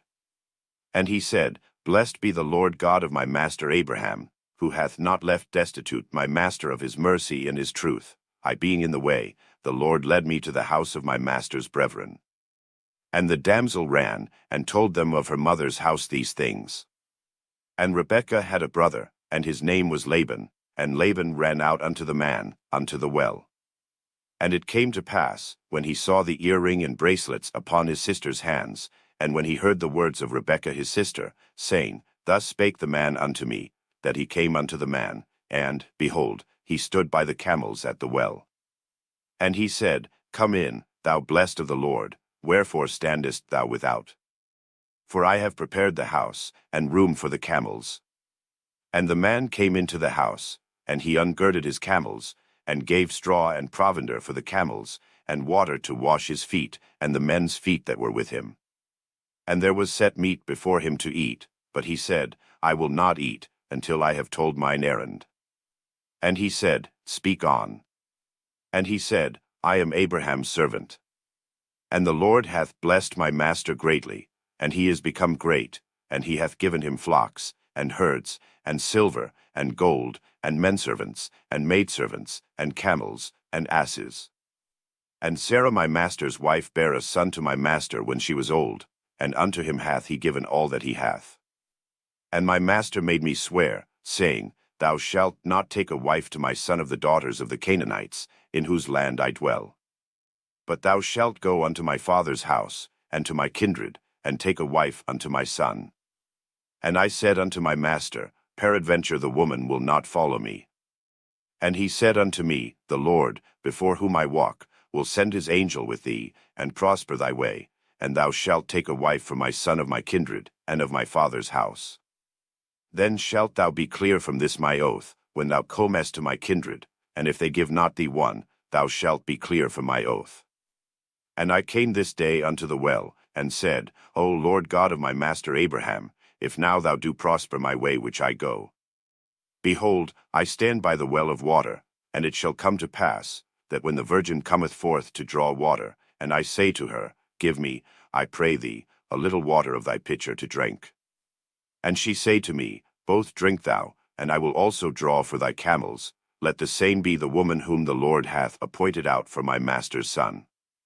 And before I had done speaking in mine heart, behold, Rebekah came forth with her pitcher on her shoulder, and she went down unto the well, and drew water. And I said unto her, Let me drink, I pray thee. And she made haste, and let down her pitcher from her shoulder, and said, Drink, and I will give thy camels drink also. So I drank, and she made the camels drink also. And I asked her, and said, Whose daughter art thou?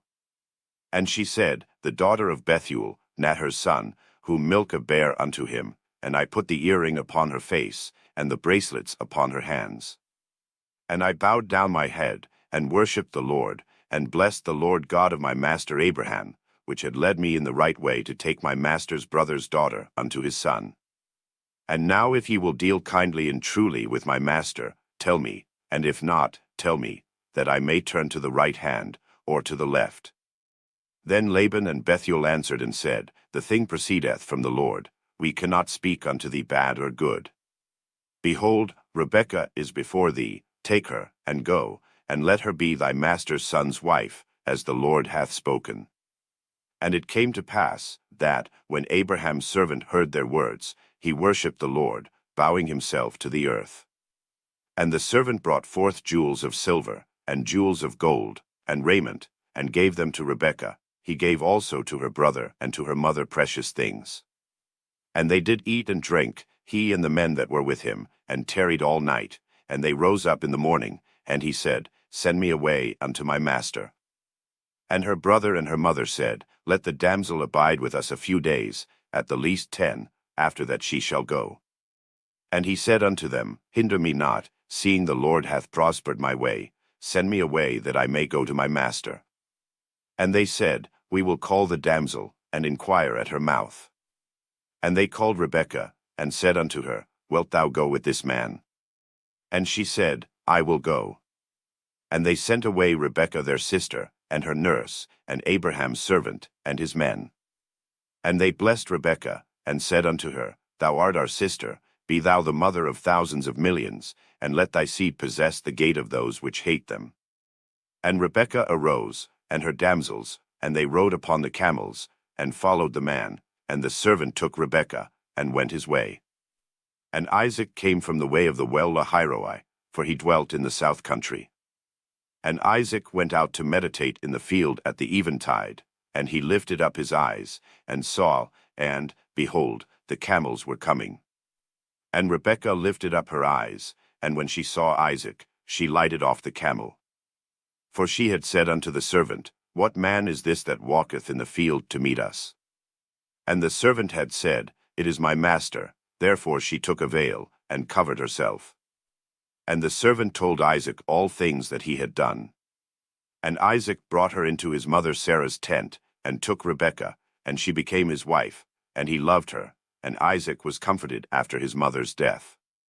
Then again Abraham took a wife, and her name was Keturah. And she bare him Zimran, and Jokshan, and Medan, and Midian, and Ishbak, and Shua. And Jokshan begot Sheba, and Dedan. And the sons of Dedan were Ashurim, and Letushim, and Lumim. And the sons of Midian, Ephah, and Epher, and Hanok, and Avithah, and Eldah. All these were the children of Keturah. And Abraham gave all that he had unto Isaac. But unto the sons of the concubines, which Abraham had, Abraham gave gifts, and sent them away from Isaac his son, while he yet lived, eastward, unto the east country. And these are the days of the years of Abraham's life which he lived, 160 years. Then Abraham gave up the ghost, and died in a good old age, an old man, and full of years, and was gathered to his people.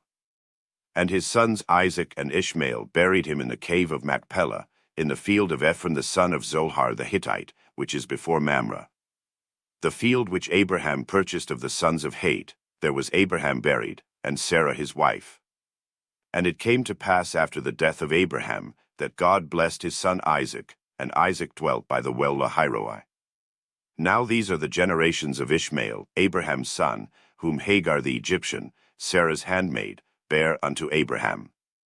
And these are the names of the sons of Ishmael, by their names, according to their generations, the firstborn of Ishmael, Nebajoth, and Kedar, and Adbeel, and Mibsam, and Mishma, and Doma, and Massa, Hadar, and Tema, Jetur, Naphish, and Kedema.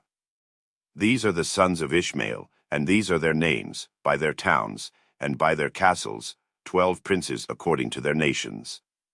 And these are the years of the life of Ishmael, 137 years, and he gave up the ghost and died, and was gathered unto his people. And they dwelt from Havilah unto Shur, that is before Egypt, as thou goest toward Assyria, and he died in the presence of all his brethren. And these are the generations of Isaac, Abraham's son. Abraham begot Isaac. And Isaac was 40 years old when he took Rebekah to wife, the daughter of Bethuel the Syrian of Padanaram, the sister to Laban the Syrian. And Isaac entreated the Lord for his wife, because she was barren, and the Lord was entreated of him, and Rebekah his wife conceived. And the children struggled together within her, and she said, If it be so, why am I thus? And she went to inquire of the Lord. And the Lord said unto her, 2 nations are in thy womb, and 2 manner of people shall be separated from thy bowels, and the one people shall be stronger than the other people, and the elder shall serve the younger. And when her days to be delivered were fulfilled, behold, there were twins in her womb. And the first came out red, all over like an hairy garment, and they called his name Esau. And after that came his brother out, and his hand took hold on Esau's heel, and his name was called Jacob, and Isaac was 80 years old when she bare them. And the boys grew, and Esau was a cunning hunter, a man of the field, and Jacob was a plain man, dwelling in tents. And Isaac loved Esau, because he did eat of his venison, but Rebekah loved Jacob. And Jacob sawed pottage, and Esau came from the field, and he was faint. And Esau said to Jacob, Feed me, I pray thee, with that same red pottage, for I am faint. Therefore was his name called Edom. And Jacob said, Sell me this day thy birthright. And Esau said, Behold, I am at the point to die, and what profit shall this birthright do to me? And Jacob said, Swear to me this day. And he sware unto him, and he sold his birthright unto Jacob. Then Jacob gave Esau bread and pottage of lentils, and he did eat and drank, and rose up, and went his way. Thus Esau despised his birthright. And there was a famine in the land, beside the first famine that was in the days of Abraham. And Isaac went unto Abimelech king of the Philistines unto Gerar. And the Lord appeared unto him, and said, Go not down into Egypt, dwell in the land which I shall tell thee of. Sojourn in this land, and I will be with thee, and will bless thee, for unto thee, and unto thy seed, I will give all these countries, and I will perform the oath which I swear unto Abraham thy father. And I will make thy seed to multiply as the stars of heaven, and will give unto thy seed all these countries, and in thy seed shall all the nations of the earth be blessed. Because that Abraham obeyed my voice, and kept my charge, my commandments, my statutes, and my laws. And Isaac dwelt in Gerar. And the men of the place asked him of his wife, and he said, She is my sister, for he feared to say, She is my wife, lest, said he, the men of the place should kill me for Rebekah, because she was fair to look upon. And it came to pass, when he had been there a long time, that Abimelech king of the Philistines looked out at a window, and saw, and, behold, Isaac was sporting with Rebekah his wife. And Abimelech called Isaac, and said, Behold, of a surety she is thy wife, and how saidst thou, She is my sister? And Isaac said unto him, Because I said, Lest I die for her. And Abimelech said, What is this thou hast done unto us? One of the people might lightly have lain with thy wife, and thou shouldest have brought guiltiness upon us. And Abimelech charged all his people, saying, He that toucheth this man or his wife shall surely be put to death. Then Isaac sowed in that land, and received in the same year 100-fold, and the Lord blessed him. And the man waxed great, and went forward, and grew until he became very great. For he had possession of flocks, and possession of herds, and great store of servants, and the Philistines envied him. For all the wells which his father's servants had digged in the days of Abraham his father, the Philistines had stopped them, and filled them with earth.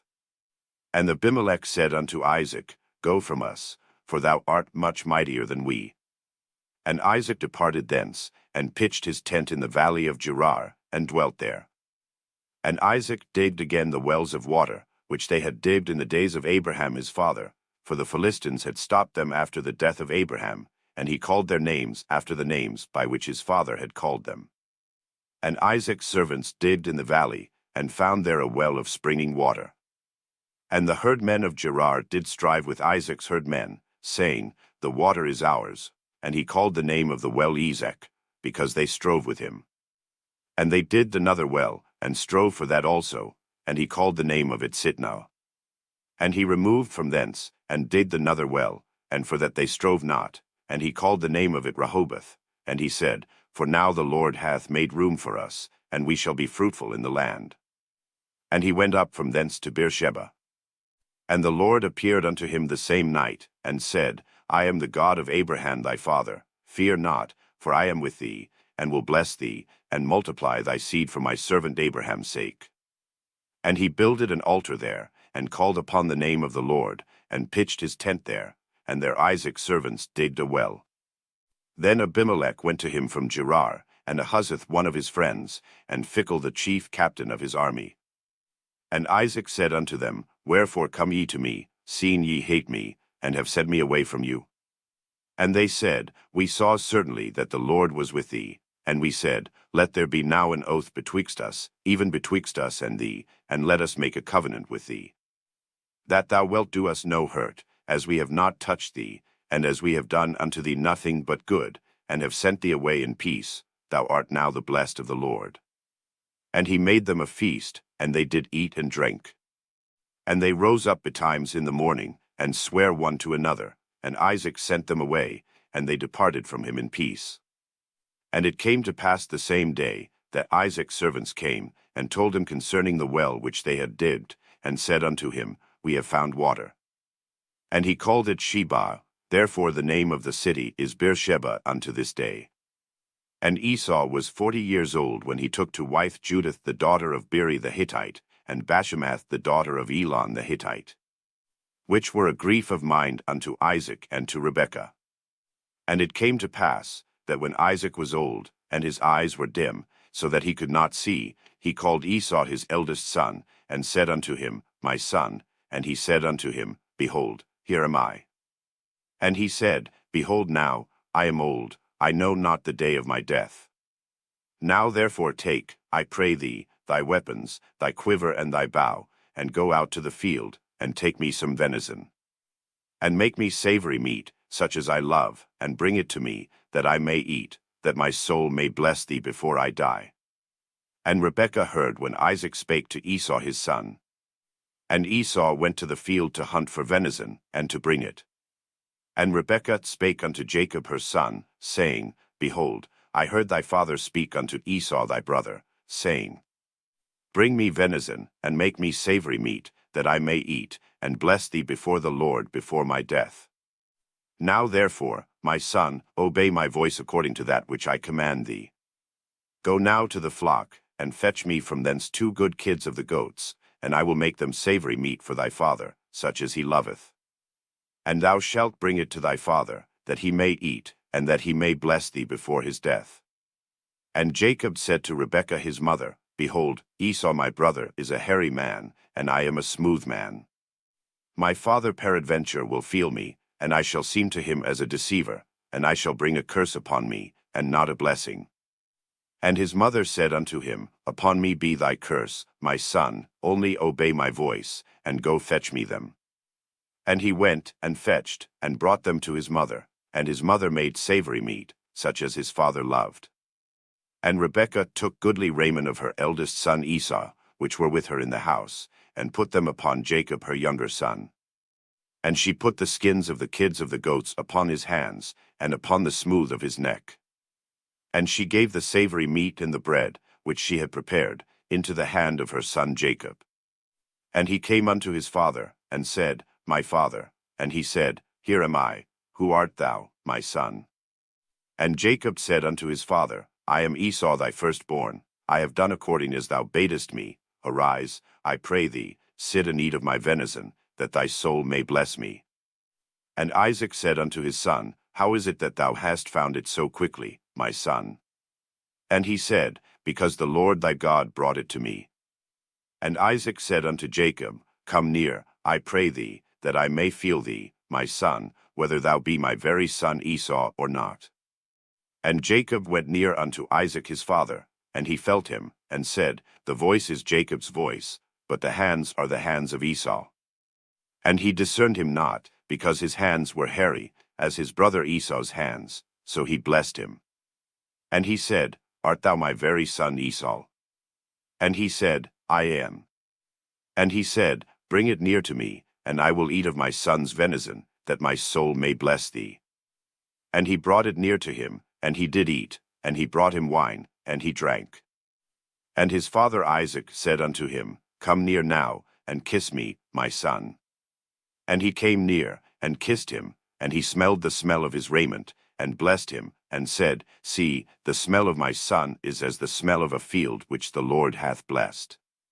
Therefore God give thee of the dew of heaven, and the fatness of the earth, and plenty of corn and wine. Let people serve thee, and nations bow down to thee. Be Lord over thy brethren, and let thy mother's sons bow down to thee. Cursed be every one that curseth thee, and blessed be he that blesseth thee.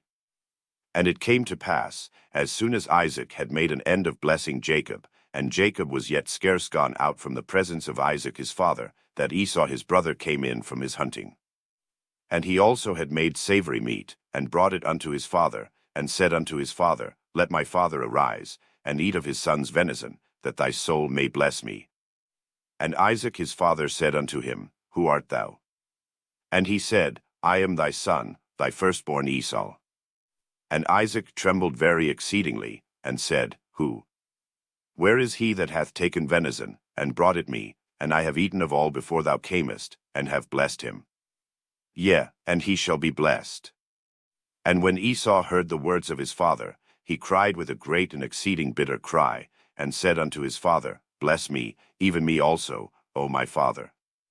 And he said, Thy brother came with subtlety, and hath taken away thy blessing. And he said, Is not he rightly named Jacob? For he hath supplanted me these 2 times. He took away my birthright, and, behold, now he hath taken away my blessing. And he said, Hast thou not reserved a blessing for me? And Isaac answered and said unto Esau, Behold, I have made him thy lord, and all his brethren have I given to him for servants, and with corn and wine have I sustained him, and what shall I do now unto thee, my son? And Esau said unto his father, Hast thou but one blessing, my father?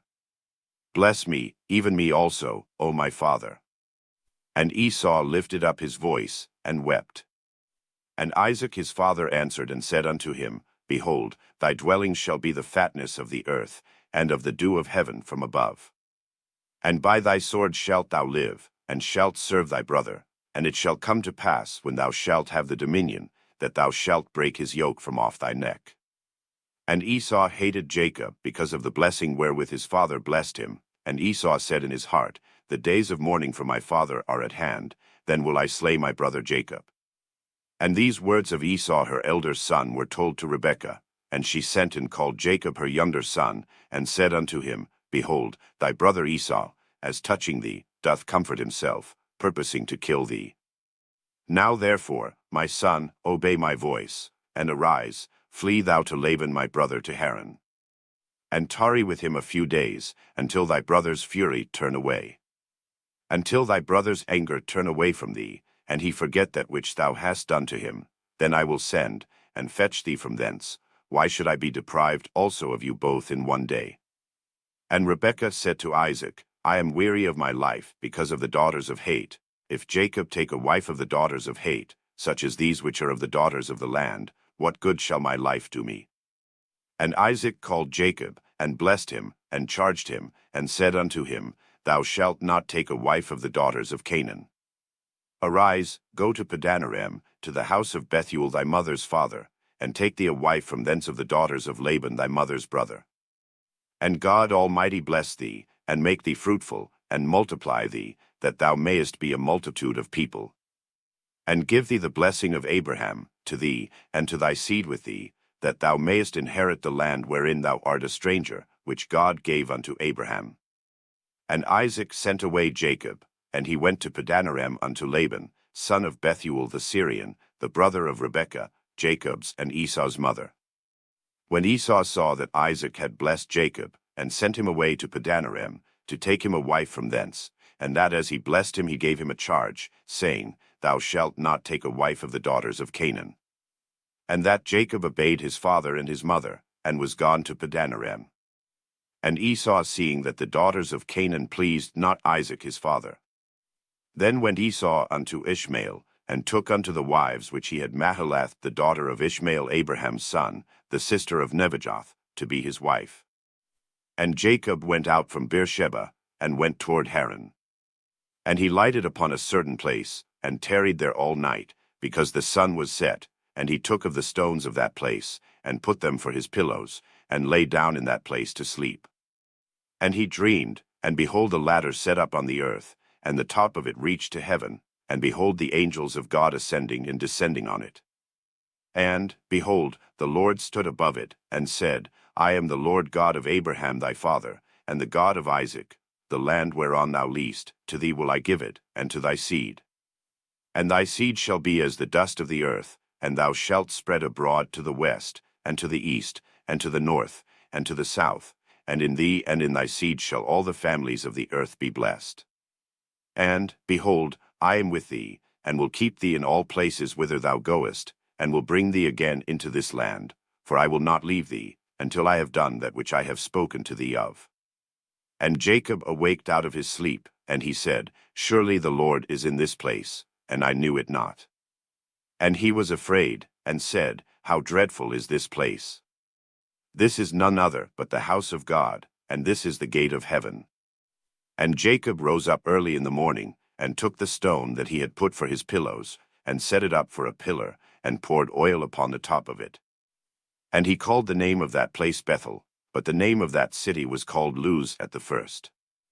And Jacob vowed a vow, saying, If God will be with me, and will keep me in this way that I go, and will give me bread to eat, and raiment to put on, so that I come again to my father's house in peace, then shall the Lord be my God.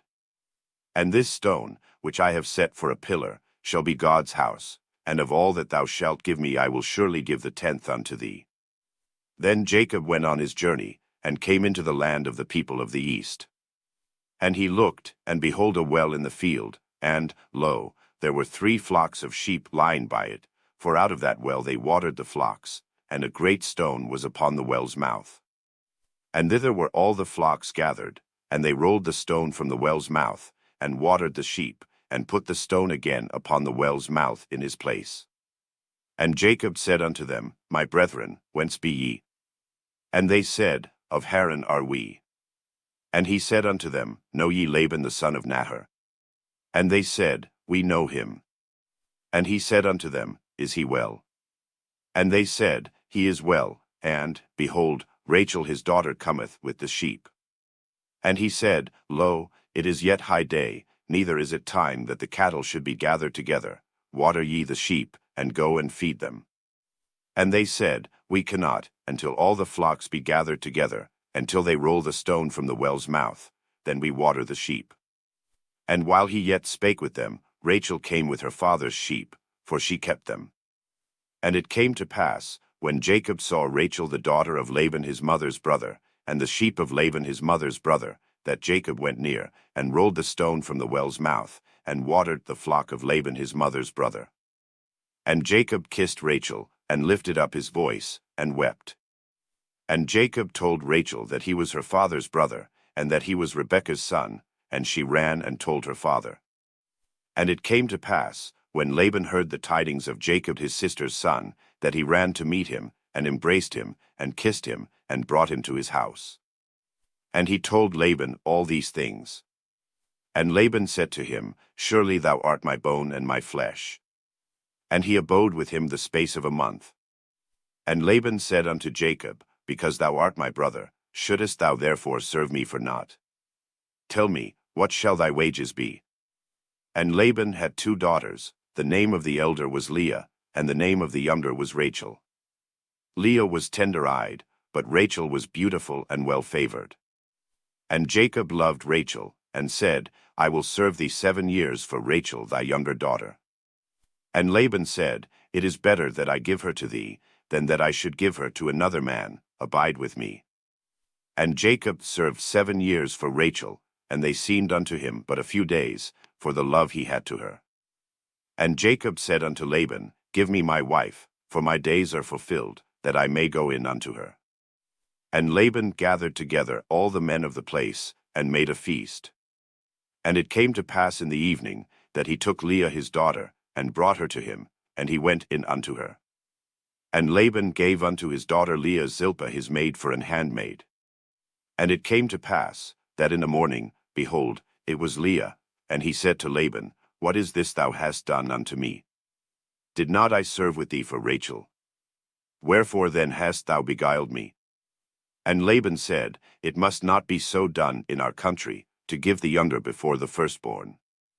Fulfill her week, and we will give thee this also for the service which thou shalt serve with me yet 7 other years. And Jacob did so, and fulfilled her week, and he gave him Rachel his daughter to wife also. And Laban gave to Rachel his daughter Bilhah his handmaid to be her maid. And he went in also unto Rachel, and he loved also Rachel more than Leah, and served with him yet 7 other years. And when the Lord saw that Leah was hated, he opened her womb, but Rachel was barren. And Leah conceived, and bare a son, and she called his name Reuben, for she said, Surely the Lord hath looked upon my affliction, now therefore my husband will love me. And she conceived again, and bare a son, and said, Because the Lord hath heard that I was hated, he hath therefore given me this son also, and she called his name Simeon. And she conceived again, and bare a son, and said, Now this time will my husband be joined unto me, because I have borne him 3 sons, therefore was his name called Levi. And she conceived again, and bare a son, and she said, Now will I praise the Lord, therefore she called his name Judah, and left bearing. And when Rachel saw that she bare Jacob no children, Rachel envied her sister, and said unto Jacob, Give me children, or else I die. And Jacob's anger was kindled against Rachel, and he said, Am I in God's stead, who hath withheld from thee the fruit of the womb? And she said, Behold my maid Bilhah, go in unto her, and she shall bear upon my knees, that I may also have children by her. And she gave him Bilhah her handmaid to wife, and Jacob went in unto her. And Bilhah conceived, and bare Jacob a son. And Rachel said, God hath judged me, and hath also heard my voice, and hath given me a son, therefore called she his name Dan. And Bilhah Rachel's maid conceived again, and bare Jacob a second son. And Rachel said, With great wrestlings have I wrestled with my sister, and I have prevailed, and she called his name Naphtali. When Leah saw that she had left bearing, she took Zilpah her maid, and gave her Jacob to wife. And Zilpah Leah's maid bare Jacob a son.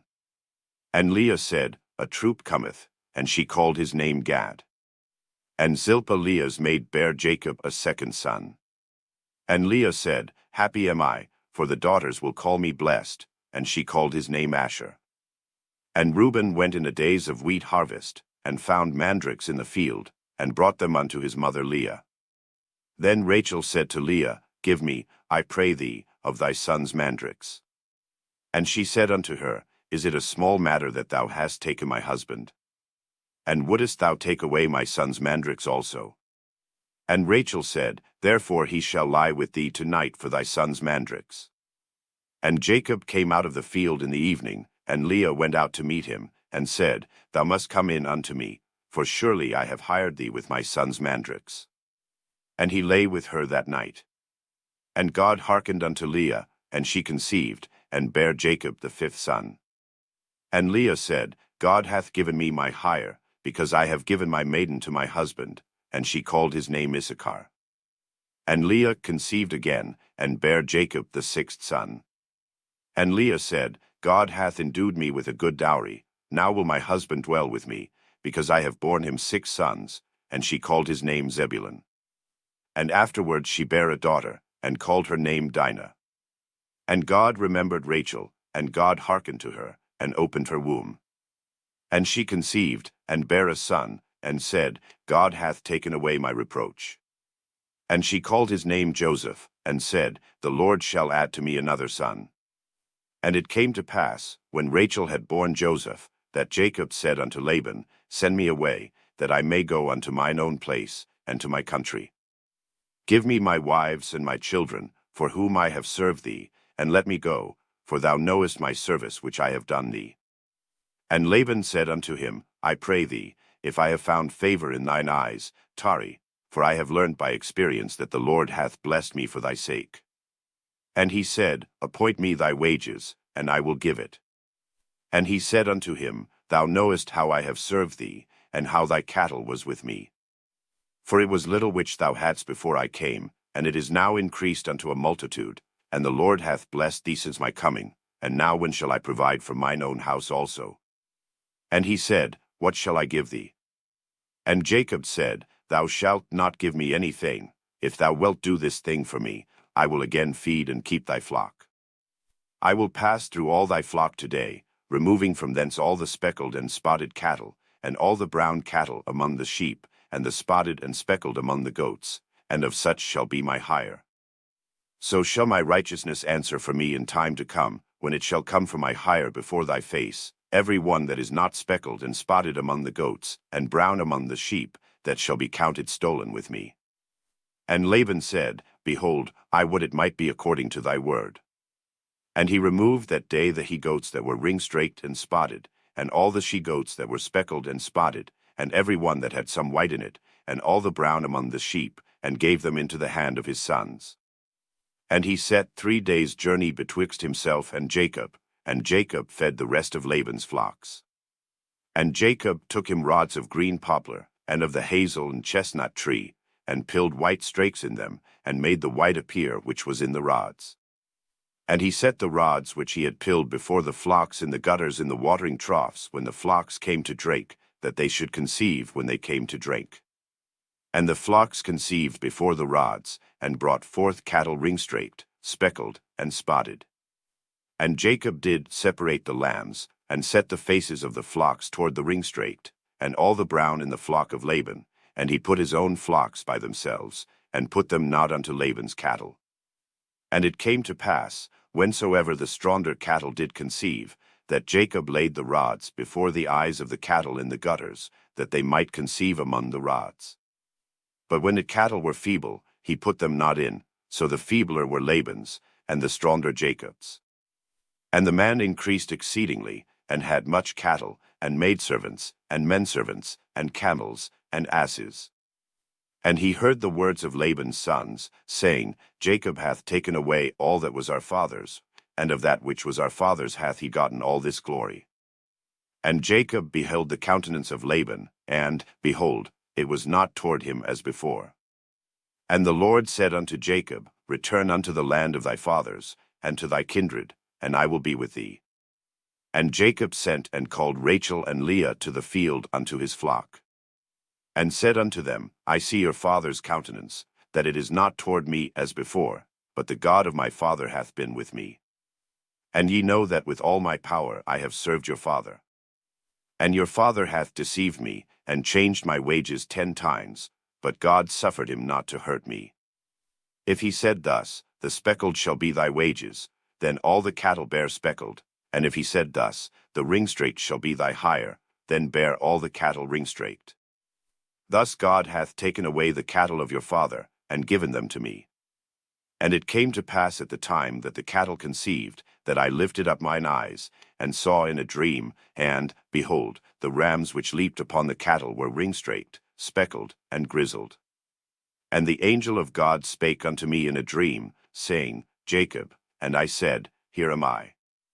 And he said, Lift up now thine eyes, and see, all the rams which leap upon the cattle are ring-straked, speckled, and grizzled, for I have seen all that Laban doeth unto thee. I am the God of Bethel, where thou anointedst the pillar, and where thou vowedst a vow unto me. Now arise, get thee out from this land, and return unto the land of thy kindred. And Rachel and Leah answered and said unto him, Is there yet any portion or inheritance for us in our father's house?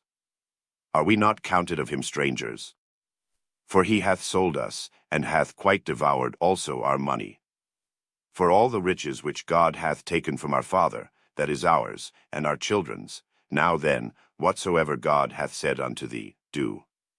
Then Jacob rose up, and set his sons and his wives upon camels. And he carried away all his cattle, and all his goods which he had gotten, the cattle of his getting, which he had gotten in Padanaram, for to go to Isaac his father in the land of Canaan. And Laban went to shear his sheep, and Rachel had stolen the images that were her father's. And Jacob stole away unawares to Laban the Syrian, in that he told him not that he fled. So he fled with all that he had, and he rose up, and passed over the river, and set his face toward the Mount Gilead. And it was told Laban on the third day that Jacob was fled. And he took his brethren with him, and pursued after him 7 days' journey, and they overtook him in the Mount Gilead. And God came to Laban the Syrian in a dream by night, and said unto him, Take heed that thou speak not to Jacob either good or bad. Then Laban overtook Jacob. Now Jacob had pitched his tent in the mount, and Laban with his brethren pitched in the mount of Gilead. And Laban said to Jacob, What hast thou done, that thou hast stolen away unawares to me, and carried away my daughters, as captives taken with the sword? Wherefore didst thou flee away secretly, and steal away from me, and didst not tell me, that I might have sent thee away with mirth, and with songs, with tabret, and with harp? And hast not suffered me to kiss my sons and my daughters? Thou hast now done foolishly in so doing. It is in the power of my hand to do you hurt, but the God of your father spake unto me yesternight, saying, Take thou heed that thou speak not to Jacob either good or bad. And now, though thou wouldest needs be gone, because thou sore longest after thy father's house, yet wherefore hast thou stolen my gods?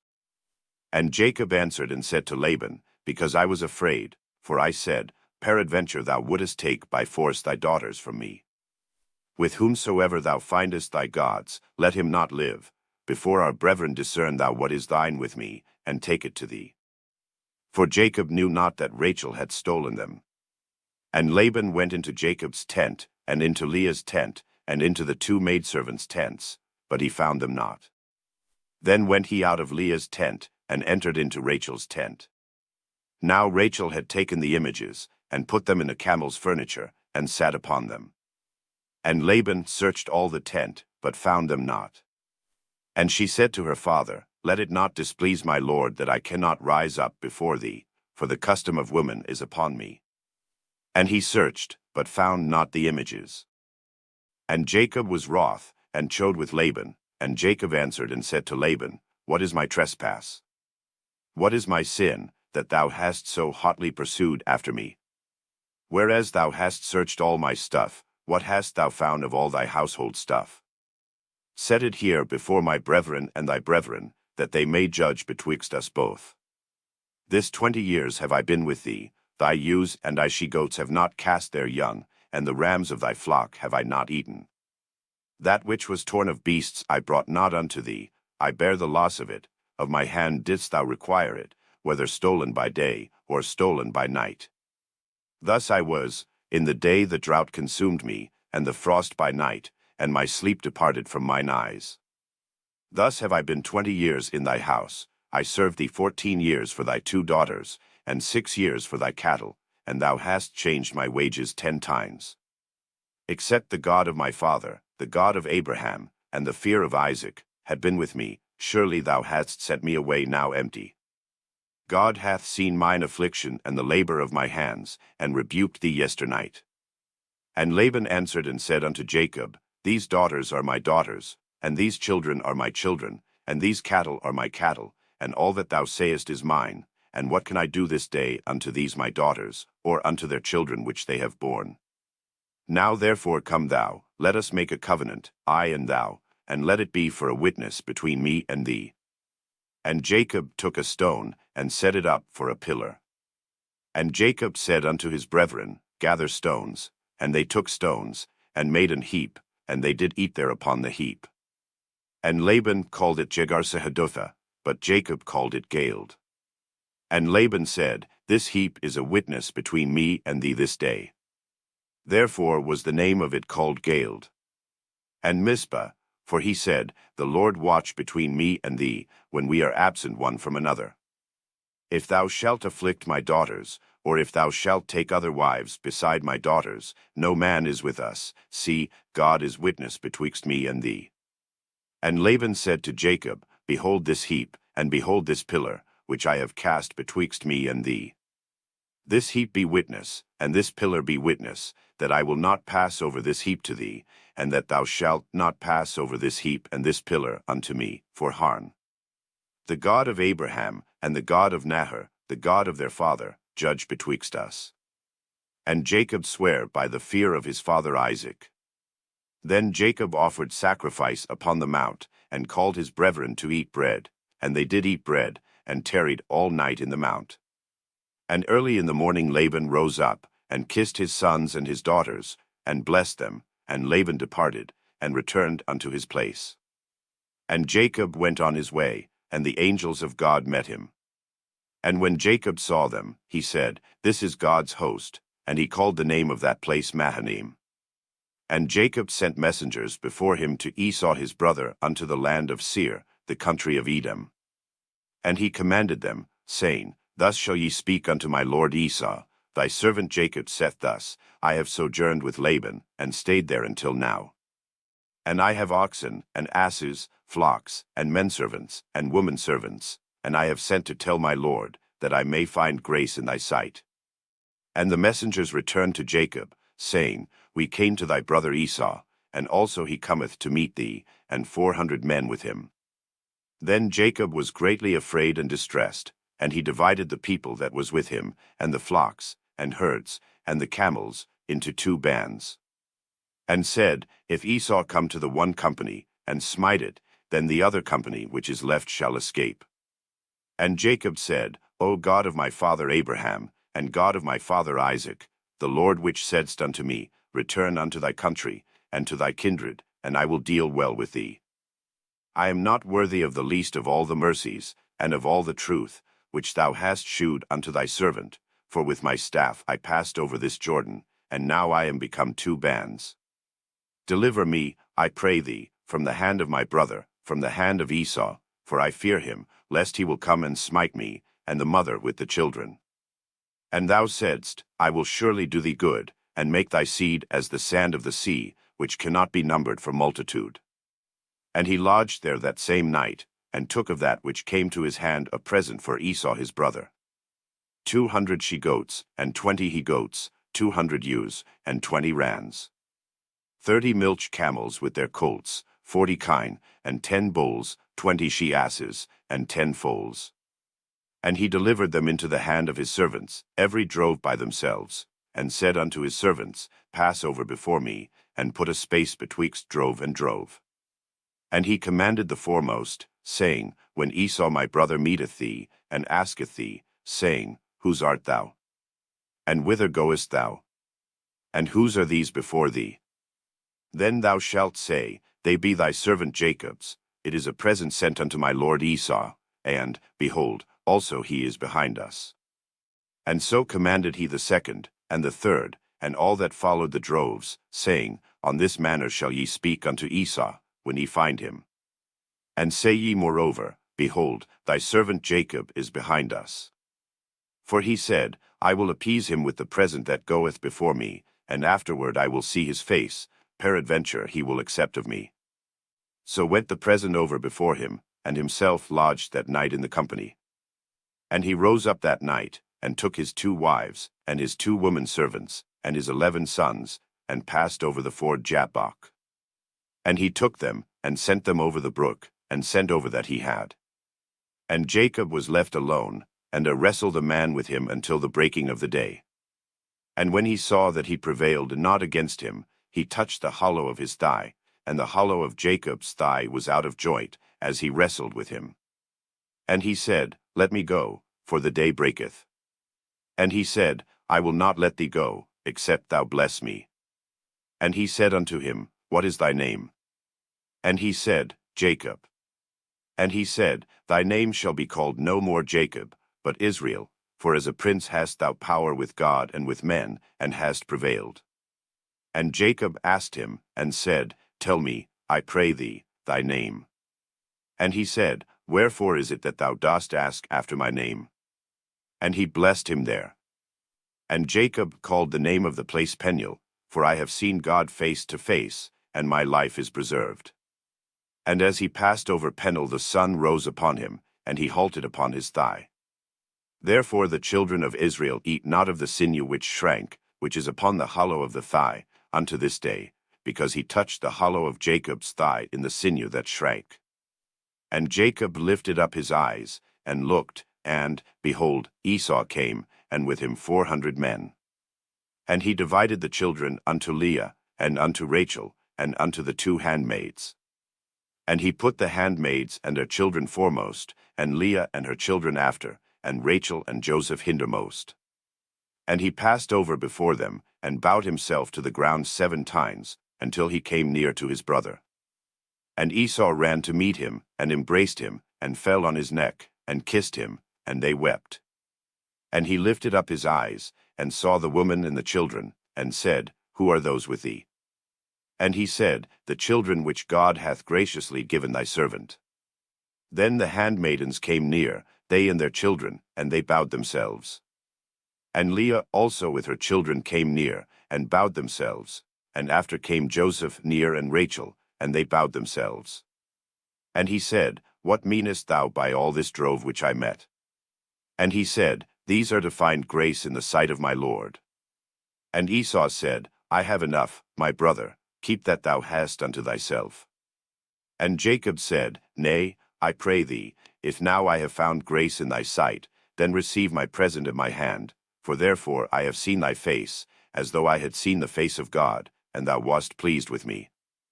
Take, I pray thee, my blessing that is brought to thee, because God hath dealt graciously with me, and because I have enough. And he urged him, and he took it. And he said, Let us take our journey, and let us go, and I will go before thee. And he said unto him, My Lord knoweth that the children are tender, and the flocks and herds with young are with me, and if men should overdrive them one day, all the flock will die. Let my Lord, I pray thee, pass over before his servant, and I will lead on softly, according as the cattle that goeth before me and the children be able to endure, until I come unto my Lord unto Seir. And Esau said, Let me now leave with thee some of the folk that are with me. And he said, What needeth it? Let me find grace in the sight of my Lord.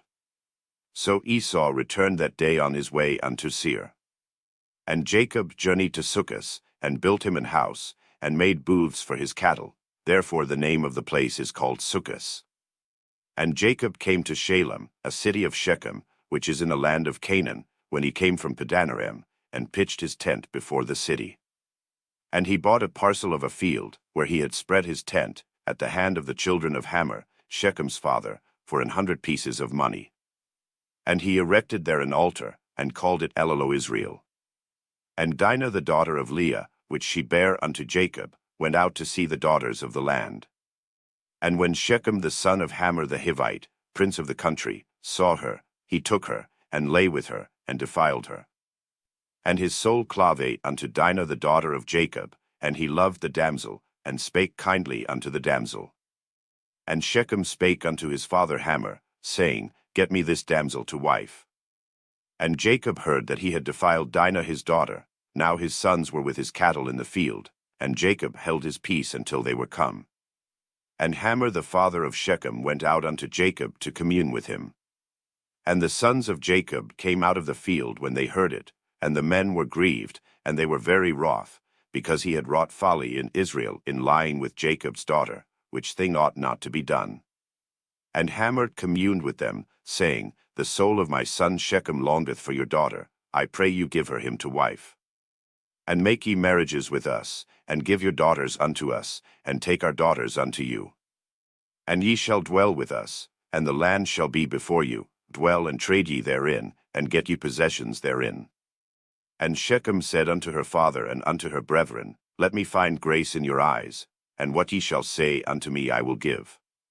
Ask me never so much dowry and gift, and I will give according as ye shall say unto me, but give me the damsel to wife. And the sons of Jacob answered Shechem and Hamor his father deceitfully, and said, Because he had defiled Dinah their sister. And they said unto them, We cannot do this thing, to give our sister to one that is uncircumcised, for that were a reproach unto us. But in this will we consent unto you, if ye will be as we be, that every male of you be circumcised. Then will we give our daughters unto you, and we will take your daughters to us, and we will dwell with you, and we will become one people. But if ye will not hearken unto us, to be circumcised, then will we take our daughter, and we will be gone. And their words pleased Hamor, and Shechem Hamor's son.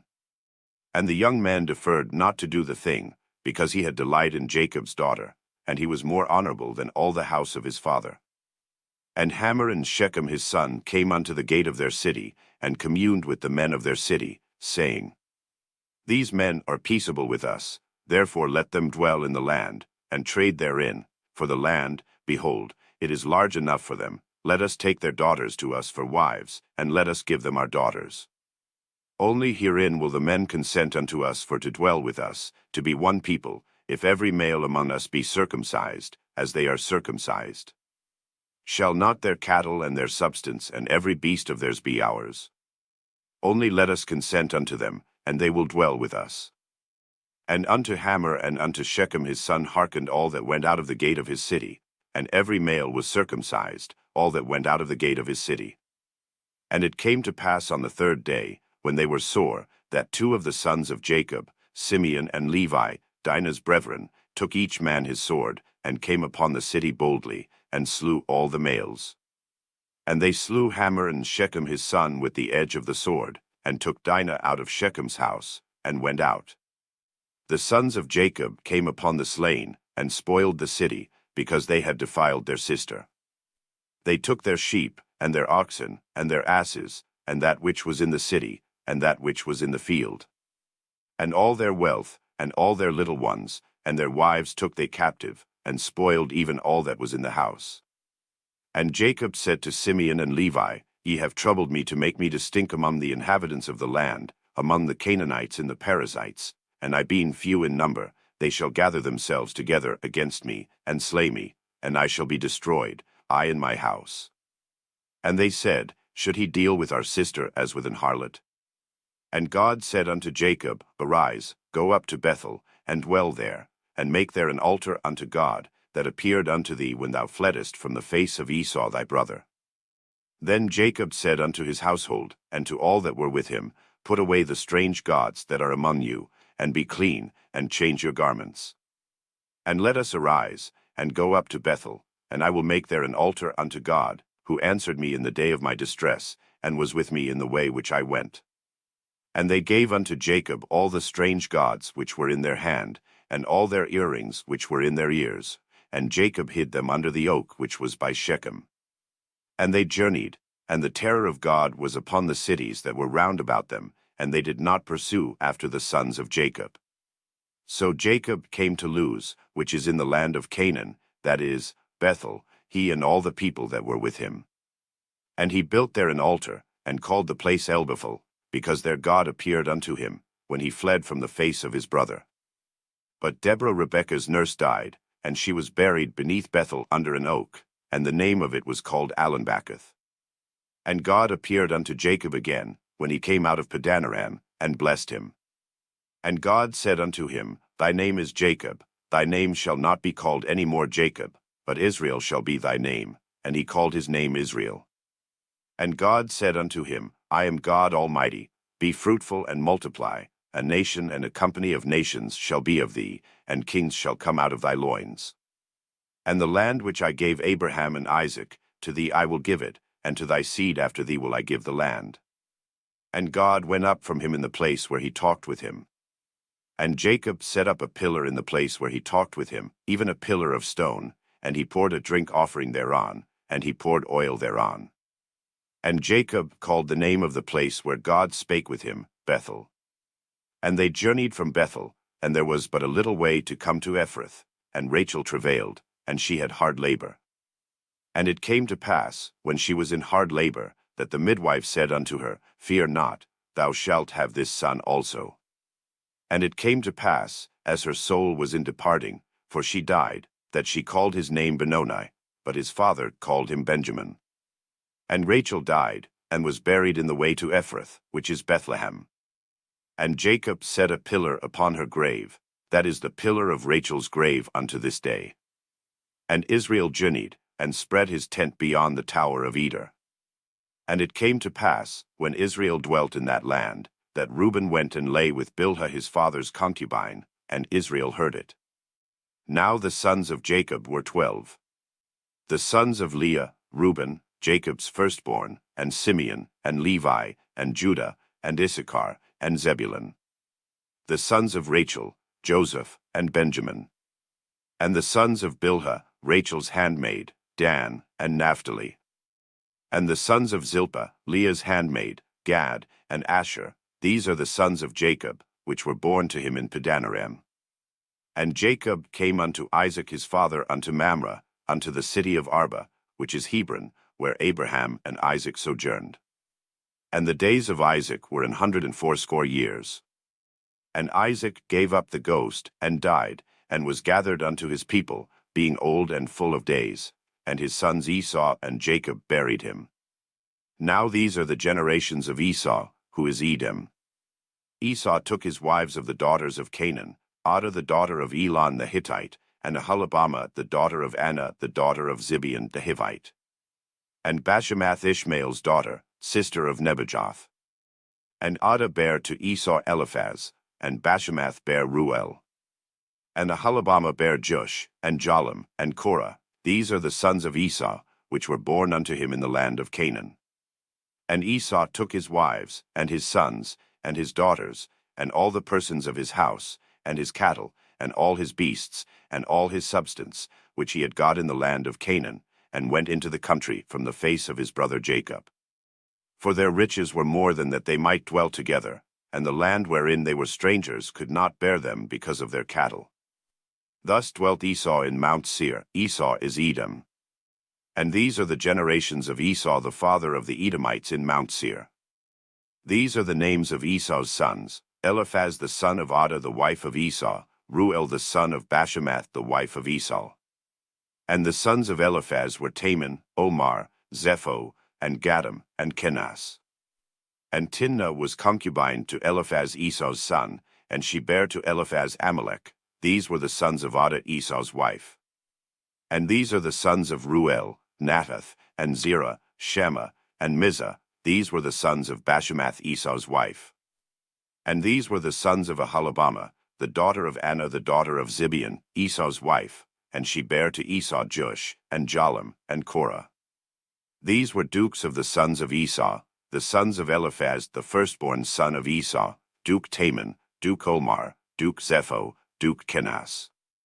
Duke Korah, Duke Gatam, and Duke Amalek. These are the dukes that came of Eliphaz in the land of Edom. These were the sons of Adah. And these are the sons of Ruel Esau's son, Duke Nahath, Duke Zerah, Duke Shema, Duke Mizah. These are the dukes that came of Ruel in the land of Edom. These are the sons of Bashemath Esau's wife.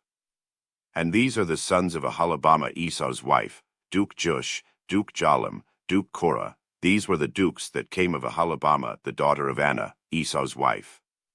These are the sons of Esau, who is Edom, and these are their dukes. These are the sons of Seir the Horite, who inhabited the land, Lotan, and Shobal, and Zibeon, and Anna. And Dishon, and Ezer, and Dishon. These are the dukes of the Horites, the children of Seir in the land of Edom. And the children of Lotan were Hori and Hemam, and Lotan's sister was Timnah. And the children of Shobal were these: Alvan, and Manahath, and Ebal, Shephol, and Onam. And these are the children of Zibeon, both Ajah and Anna. This was that Anna that found the mules in the wilderness, as he fed the asses of Zibeon his father. And the children of Anah were these, Dishon, and Aholibamah the daughter of Anah. And these are the children of Dishon, Hemdan, and Eshban, and Ithran, and Cheran. The children of Ezer are these, Bilhan, and Zavan, and Akan. The children of Dishon are these, Uzi, and Aaron. These are the dukes that came of the Horites, Duke Lotan, Duke Shobal, Duke Zibeon, Duke Anah. Duke Dishon, Duke Ezer, Duke Dishon, these are the dukes that came of Hori, among their dukes in the land of Seir. And these are the kings that reigned in the land of Edom, before there reigned any king over the children of Israel. And Bela the son of Beer reigned in Edom, and the name of his city was Dinhabah. And Bela died, and Jobab the son of Zerah of Basra reigned in his stead. And Jobab died, and Husham of the land of Temani reigned in his stead. And Husham died, and Hadad the son of Bedad, who smote Midian in the field of Moab, reigned in his stead, and the name of his city was Avith. And Hadad died, and Samlah of Masrekah reigned in his stead. And Samlah died, and Saul of Rehoboth by the river reigned in his stead. And Saul died, and Balhanan the son of Achbor reigned in his stead. And Balhanan the son of Achbor died, and Hadar reigned in his stead, and the name of his city was Pau, and his wife's name was Mehetabel, the daughter of Matred, the daughter of Mezahab. And these are the names of the dukes that came of Esau, according to their families, after their places, by their names, Duke Timnah, Duke Alva, Duke Jethath, Duke Aholibamah, Duke Elah, Duke Pinion, Duke Kenes, Duke Taman, Duke Mibzar, Duke Magdiel, Duke Iram, these be the dukes of Edom, according to their habitations in the land of their possession. He is Esau the father of the Edomites. And Jacob dwelt in the land wherein his father was a stranger, in the land of Canaan. These are the generations of Jacob. Joseph, being 17 years old, was feeding the flock with his brethren, and the lad was with the sons of Bilhah, and with the sons of Zilpah, his father's wives, and Joseph brought unto his father their evil report. Now Israel loved Joseph more than all his children, because he was the son of his old age, and he made him a coat of many colors. And when his brethren saw that their father loved him more than all his brethren, they hated him, and could not speak peaceably unto him. And Joseph dreamed a dream, and he told it his brethren, and they hated him yet the more. And he said unto them, Hear, I pray you, this dream which I have dreamed. For, behold, we were binding sheaves in the field, and, lo, my sheaf arose, and also stood upright, and, behold, your sheaves stood round about, and made obeisance to my sheaf. And his brethren said to him, Shalt thou indeed reign over us? Or shalt thou indeed have dominion over us? And they hated him yet the more for his dreams, and for his words. And he dreamed yet another dream, and told it his brethren, and said, Behold, I have dreamed a dream more, and, behold, the sun and the moon and the 11 stars made obeisance to me. And he told it to his father, and to his brethren, and his father rebuked him, and said unto him, What is this dream that thou hast dreamed? Shall I and thy mother and thy brethren indeed come to bow down ourselves to thee to the earth? And his brethren envied him, but his father observed the saying. And his brethren went to feed their father's flock in Shechem. And Israel said unto Joseph, Do not thy brethren feed the flock in Shechem? Come, and I will send thee unto them. And he said to him, Here am I. And he said to him, Go, I pray thee, see whether it be well with thy brethren, and well with the flocks, and bring me word again. So he sent him out of the vale of Hebron, and he came to Shechem. And a certain man found him, and, behold, he was wandering in the field, and the man asked him, saying, What seekest thou? And he said, I seek my brethren, tell me, I pray thee, where they feed their flocks. And the man said, They are departed hence, for I heard them say, Let us go to Dothan. And Joseph went after his brethren, and found them in Dothan. And when they saw him afar off, even before he came near unto them, they conspired against him to slay him. And they said one to another, Behold, this dreamer cometh. Come now therefore, and let us slay him, and cast him into some pit, and we will say, Some evil beast hath devoured him, and we shall see what will become of his dreams. And Reuben heard it, and he delivered him out of their hands, and said, Let us not kill him. And Reuben said unto them, Shed no blood, but cast him into this pit that is in the wilderness, and lay no hand upon him, that he might rid him out of their hands, to deliver him to his father again. And it came to pass, when Joseph was come unto his brethren, that they stripped Joseph out of his coat of many colors that was on him. And they took him, and cast him into a pit, and the pit was empty, there was no water in it. And they sat down to eat bread, and they lifted up their eyes and looked, and, behold, a company of Ishmaelites came from Gilead with their camels bearing spicery and balm and myrrh, going to carry it down to Egypt. And Judah said unto his brethren, What profit is it if we slay our brother, and conceal his blood? Come, and let us sell him to the Ishmaelites, and let not our hand be upon him, for he is our brother and our flesh. And his brethren were content. Then there passed by Midianites merchantmen, and they drew and lifted up Joseph out of the pit, and sold Joseph to the Ishmaelites for 20 pieces of silver, and they brought Joseph into Egypt. And Reuben returned unto the pit, and, behold, Joseph was not in the pit, and he rent his clothes. And he returned unto his brethren, and said, The child is not, and I, whither shall I go? And they took Joseph's coat, and killed the kid of the goats, and dipped the coat in the blood. And they sent the coat of many colors, and they brought it to their father, and said, This have we found, know now whether it be thy son's coat or no. And he knew it, and said, It is my son's coat, an evil beast hath devoured him, Joseph is without doubt rent in pieces. And Jacob rent his clothes, and put sackcloth upon his loins, and mourned for his son many days. And all his sons and all his daughters rose up to comfort him, but he refused to be comforted, and he said, For I will go down into the grave unto my son mourning. Thus his father wept for him.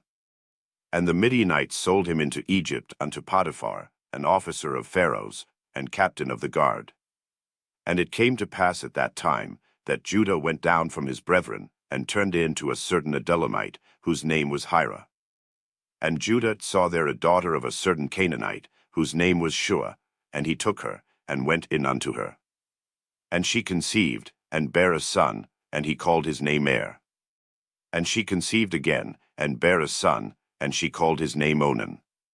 And she yet again conceived, and bare a son, and called his name Shelah, and he was at Chezib, when she bare him. And Judah took a wife for Er his firstborn, whose name was Tamar. And Er, Judah's firstborn, was wicked in the sight of the Lord, and the Lord slew him. And Judah said unto Onan, Go in unto thy brother's wife, and marry her, and raise up seed to thy brother. And Onan knew that the seed should not be his, and it came to pass, when he went in unto his brother's wife, that he spilled it on the ground, lest that he should give seed to his brother. And the thing which he did displeased the Lord, wherefore he slew him also.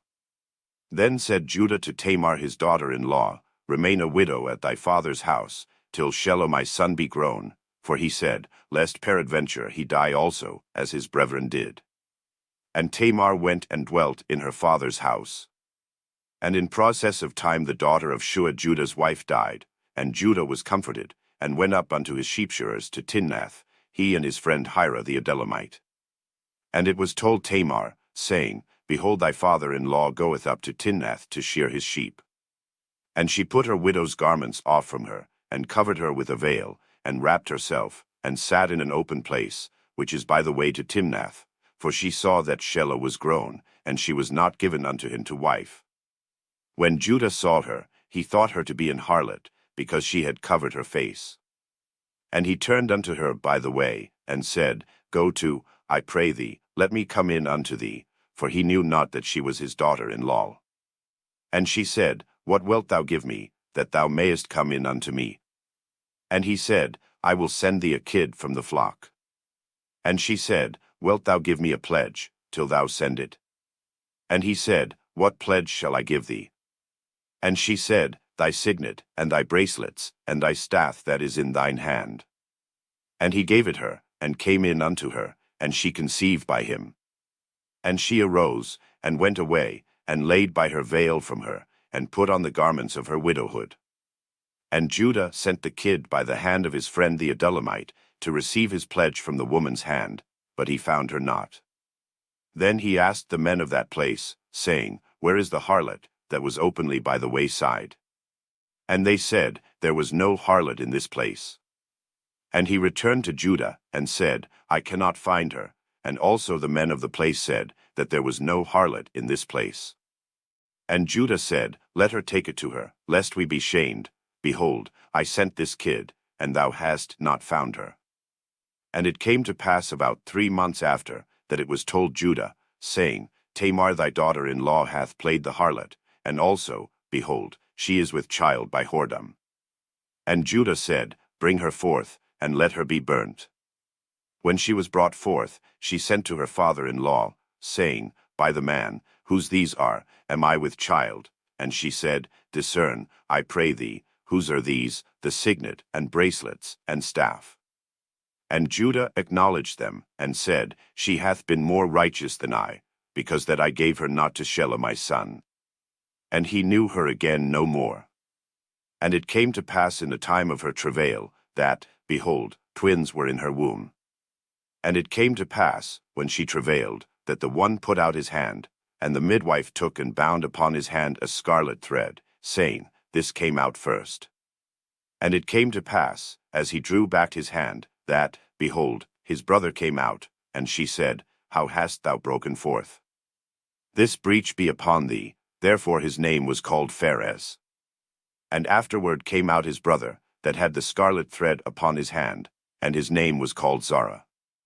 And Joseph was brought down to Egypt, and Potiphar, an officer of Pharaoh, captain of the guard, an Egyptian, bought him of the hands of the Ishmaelites, which had brought him down thither. And the Lord was with Joseph, and he was a prosperous man, and he was in the house of his master the Egyptian. And his master saw that the Lord was with him, and that the Lord made all that he did to prosper in his hand. And Joseph found grace in his sight, and he served him, and he made him overseer over his house, and all that he had he put into his hand. And it came to pass from the time that he had made him overseer in his house, and over all that he had, that the Lord blessed the Egyptian's house for Joseph's sake, and the blessing of the Lord was upon all that he had in the house, and in the field. And he left all that he had in Joseph's hand, and he knew not aught he had, save the bread which he did eat. And Joseph was a goodly person, and well favored. And it came to pass after these things, that his master's wife cast her eyes upon Joseph, and she said, Lie with me. But he refused, and said unto his master's wife, Behold, my master wotteth not what is with me in the house, and he hath committed all that he hath to my hand. There is none greater in this house than I, neither hath he kept back anything from me but thee, because thou art his wife. How then can I do this great wickedness, and sin against God? And it came to pass, as she spake to Joseph day by day, that he hearkened not unto her, to lie by her, or to be with her. And it came to pass about this time, that Joseph went into the house to do his business, and there was none of the men of the house there within. And she caught him by his garment, saying, Lie with me, and he left his garment in her hand, and fled, and got him out. And it came to pass, when she saw that he had left his garment in her hand, and was fled forth, that she called unto the men of her house, and spake unto them, saying, See, he hath brought in an Hebrew unto us to mock us. He came in unto me to lie with me, and I cried with a loud voice. And it came to pass, when he heard that I lifted up my voice and cried, that he left his garment with me, and fled, and got him out. And she laid up his garment by her, until his lord came home.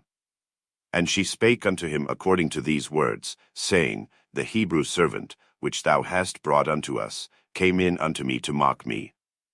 And it came to pass, as I lifted up my voice and cried, that he left his garment with me, and fled out. And it came to pass, when his master heard the words of his wife, which she spake unto him, saying, After this manner did thy servant to me, that his wrath was kindled. And Joseph's master took him, and put him into the prison, a place where the king's prisoners were bound, and he was there in the prison. But the Lord was with Joseph, and shewed him mercy, and gave him favor in the sight of the keeper of the prison. And the keeper of the prison committed to Joseph's hand all the prisoners that were in the prison, and whatsoever they did there, he was the doer of it. The keeper of the prison looked not to anything that was under his hand, because the Lord was with him, and that which he did, the Lord made it to prosper. And it came to pass after these things, that the butler of the king of Egypt and his baker had offended their lord the king of Egypt. And Pharaoh was wroth against two of his officers, against the chief of the butlers, and against the chief of the bakers. And he put them in ward in the house of the captain of the guard, into the prison, the place where Joseph was bound. And the captain of the guard charged Joseph with them, and he served them, and they continued a season in ward. And they dreamed a dream both of them, each man his dream in one night, each man according to the interpretation of his dream, the butler and the baker of the king of Egypt, which were bound in the prison. And Joseph came in unto them in the morning, and looked upon them, and, behold, they were sad. And he asked Pharaoh's officers that were with him in the ward of his lord's house, saying, Wherefore look ye so sadly today? And they said unto him, We have dreamed a dream, and there is no interpreter of it. And Joseph said unto them, Do not interpretations belong to God? Tell me them, I pray you. And the chief butler told his dream to Joseph, and said to him, In my dream, behold, a vine was before me. And in the vine were 3 branches, and it was as though it budded, and her blossoms shot forth, and the clusters thereof brought forth ripe grapes. And Pharaoh's cup was in my hand, and I took the grapes, and pressed them into Pharaoh's cup, and I gave the cup into Pharaoh's hand. And Joseph said unto him, This is the interpretation of it, the 3 branches are 3 days. Yet within 3 days shall Pharaoh lift up thine head, and restore thee unto thy place, and thou shalt deliver Pharaoh's cup into his hand, after the former manner when thou wast his butler. But think on me when it shall be well with thee, and shew kindness, I pray thee, unto me, and make mention of me unto Pharaoh, and bring me out of this house.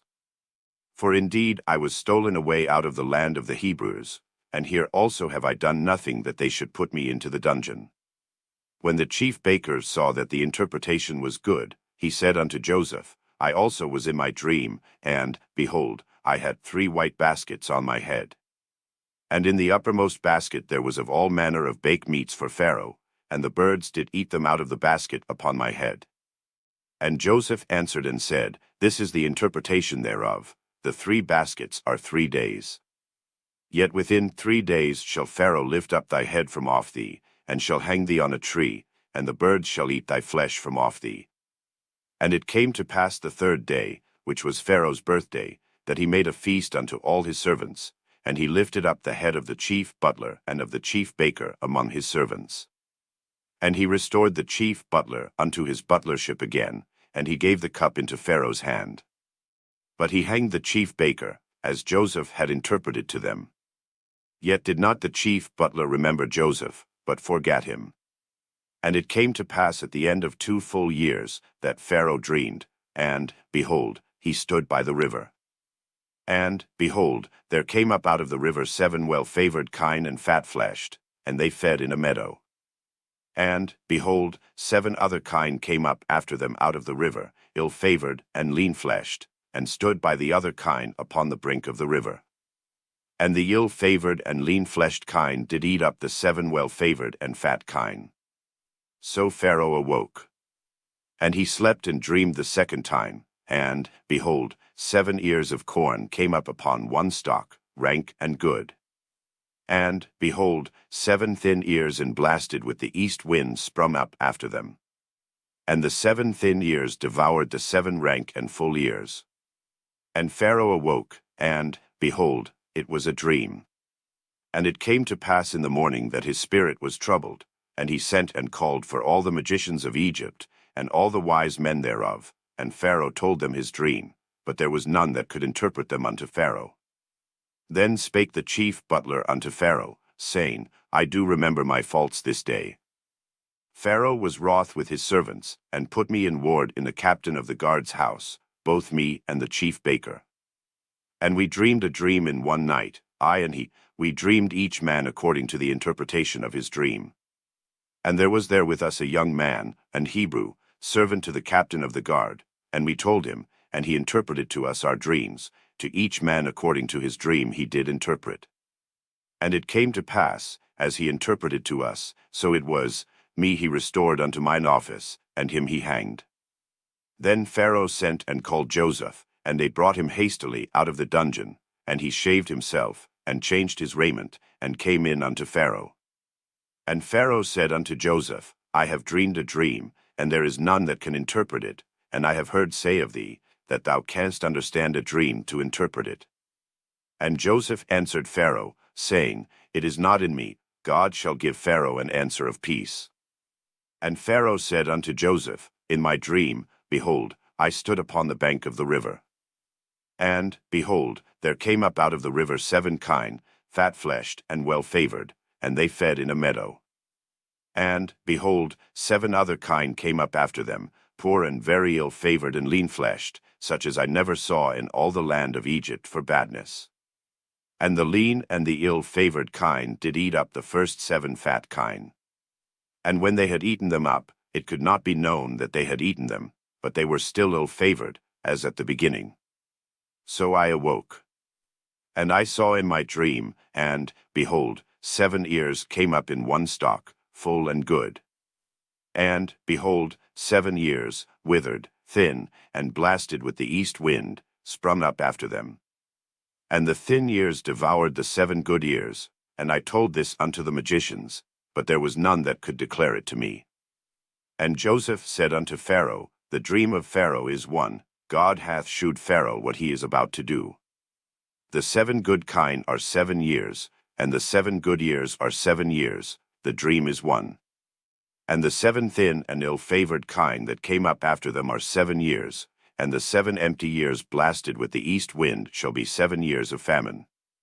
This is the thing which I have spoken unto Pharaoh, what God is about to do he sheweth unto Pharaoh. Behold, there come 7 years of great plenty throughout all the land of Egypt. And there shall arise after them 7 years of famine, and all the plenty shall be forgotten in the land of Egypt, and the famine shall consume the land. And the plenty shall not be known in the land by reason of that famine following, for it shall be very grievous. And for that the dream was doubled unto Pharaoh twice, it is because the thing is established by God, and God will shortly bring it to pass. Now therefore let Pharaoh look out a man discreet and wise, and set him over the land of Egypt. Let Pharaoh do this, and let him appoint officers over the land, and take up the 5th part of the land of Egypt in the 7 plenteous years. And let them gather all the food of those good years that come, and lay up corn under the hand of Pharaoh, and let them keep food in the cities. And that food shall be for store to the land against the 7 years of famine, which shall be in the land of Egypt, that the land perish not through the famine. And the thing was good in the eyes of Pharaoh, and in the eyes of all his servants. And Pharaoh said unto his servants, Can we find such a one as this is, a man in whom the Spirit of God is? And Pharaoh said unto Joseph, Forasmuch as God hath shewed thee all this, there is none so discreet and wise as thou art. Thou shalt be over my house, and according unto thy word shall all my people be ruled, only in the throne will I be greater than now. And Pharaoh said unto Joseph, See, I have set thee over all the land of Egypt.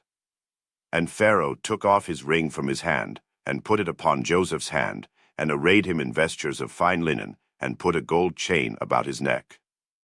And he made him to ride in a 2nd chariot which he had, and they cried before him, Bow the knee, and he made him ruler over all the land of Egypt.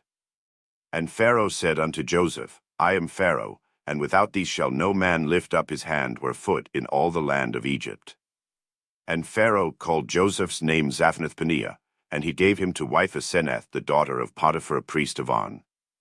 And Joseph went out over all the land of Egypt.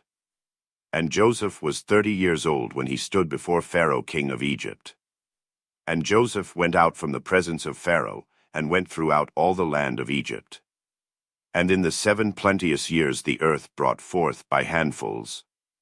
And he gathered up all the food of the 7 years, which were in the land of Egypt, and laid up the food in the cities, the food of the field, which was round about every city, laid he up in the same.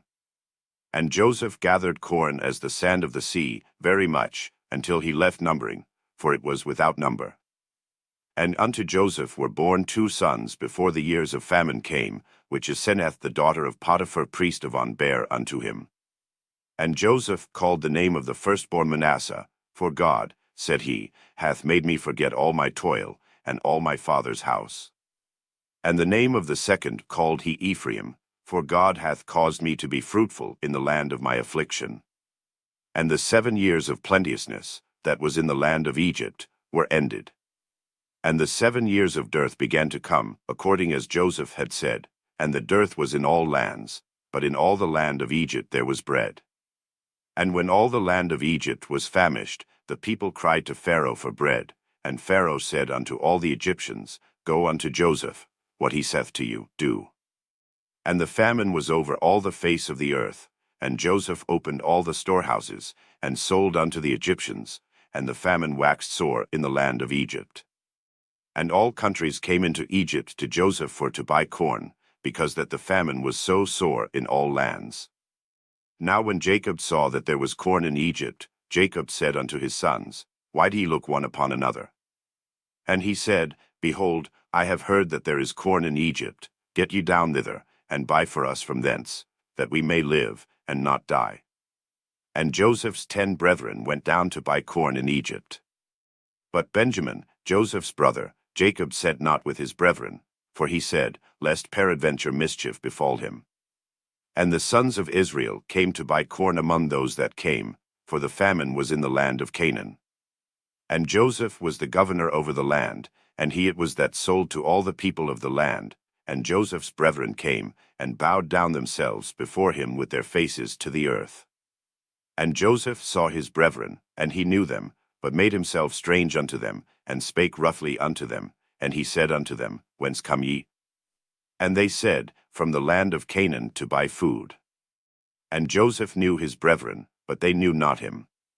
And Joseph remembered the dreams which he dreamed of them, and said unto them, Ye are spies, to see the nakedness of the land ye are come.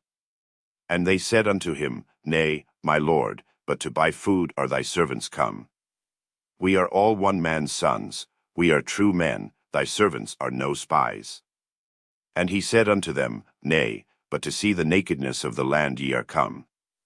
And they said, Thy servants are 12 brethren, the sons of one man in the land of Canaan, and, behold, the youngest is this day with our father, and one is not.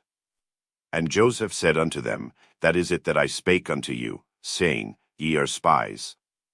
Hereby ye shall be proved, by the life of Pharaoh ye shall not go forth hence, except your youngest brother come hither. Send one of you, and let him fetch your brother, and ye shall be kept in prison, that your words may be proved, whether there be any truth in you, or else by the life of Pharaoh surely ye are spies. And he put them all together into ward 3 days.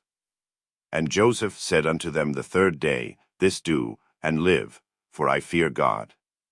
If ye be true men, let one of your brethren be bound in the house of your prison, go ye, carry corn for the famine of your houses. But bring your youngest brother unto me, so shall your words be verified, and ye shall not die. And they did so. And they said one to another, We are verily guilty concerning our brother, in that we saw the anguish of his soul, when he besought us, and we would not hear, therefore is this distress come upon us. And Reuben answered them, saying, Spake I not unto you, saying, Do not sin against the child, and ye would not hear? Therefore, behold, also his blood is required. And they knew not that Joseph understood them, for he spake unto them by an interpreter. And he turned himself about from them, and wept, and returned to them again, and communed with them, and took from them Simeon, and bound him before their eyes. Then Joseph commanded to fill their sacks with corn, and to restore every man's money into his sack, and to give them provision for the way, and thus did he unto them. And they laded their asses with the corn, and departed thence.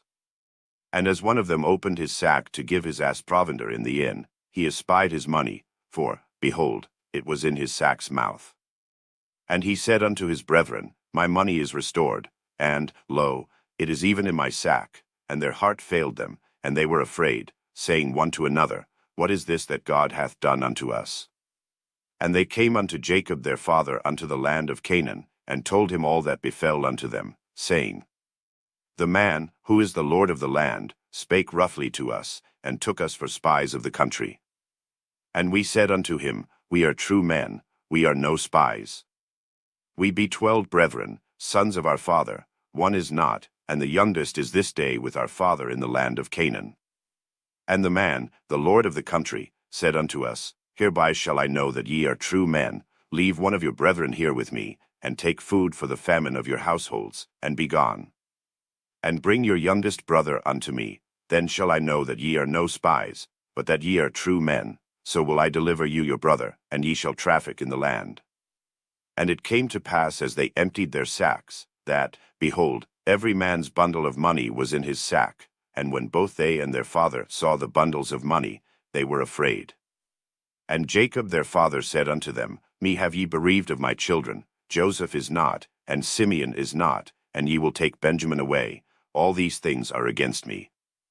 And Reuben spake unto his father, saying, Slay my 2 sons. If I bring him not to thee, deliver him into my hand, and I will bring him to thee again.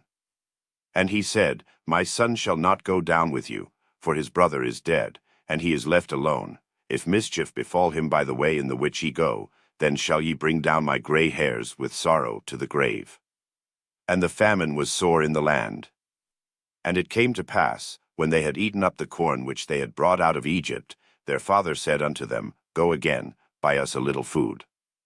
And Judah spake unto him, saying, The man did solemnly protest unto us, saying, He shall not see my face, except your brother be with you. If thou wilt send our brother with us, we will go down and buy thee food. But if thou wilt not send him, we will not go down, for the man said unto us, Ye shall not see my face, except your brother be with you. And Israel said, Wherefore dealt ye so ill with me, as to tell the man whether ye had yet a brother? And they said, The man asked us straitly of our state, and of our kindred, saying, Is your father yet alive? Have ye another brother? And we told him according to the tenor of these words. Could we certainly know that he would say, Bring your brother down?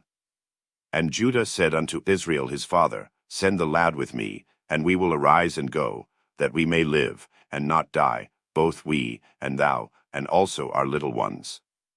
I will be surety for him, of my hand shalt thou require him, if I bring him not unto thee, and set him before thee, then let me bear the blame forever. For except we had lingered, surely now we had returned this second time. And their father Israel said unto them, If it must be so now, do this, take of the best fruits in the land in your vessels, and carry down the man a present, a little balm, and a little honey, spices, and myrrh, nuts, and almonds. And take double money in your hand, and the money that was brought again in the mouth of your sacks, carry it again in your hand, peradventure it was an oversight. Take also your brother, and arise, go again unto the man. And God Almighty give you mercy before the man, that he may send away your other brother, and Benjamin. If I be bereaved of my children, I am bereaved. And the men took that present, and they took double money in their hand, and Benjamin, and rose up, and went down to Egypt, and stood before Joseph. And when Joseph saw Benjamin with them, he said to the ruler of his house, Bring these men home, and slay, and make ready, for these men shall dine with me at noon. And the man did as Joseph bade, and the man brought the men into Joseph's house. And the men were afraid, because they were brought into Joseph's house, and they said, Because of the money that was returned in our sacks at the first time are we brought in, that he may seek occasion against us, and fall upon us, and take us for bondmen, and our asses.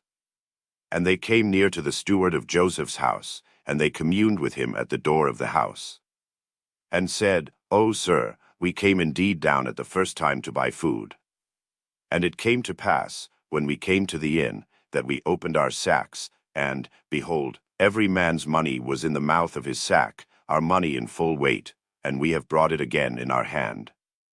And other money have we brought down in our hands to buy food, we cannot tell who put our money in our sacks. And he said, Peace be to you, fear not, your God, and the God of your father, hath given you treasure in your sacks, I had your money. And he brought Simeon out unto them. And the man brought the men into Joseph's house, and gave them water, and they washed their feet, and he gave their asses provender. And they made ready the present against Joseph came at noon, for they heard that they should eat bread there.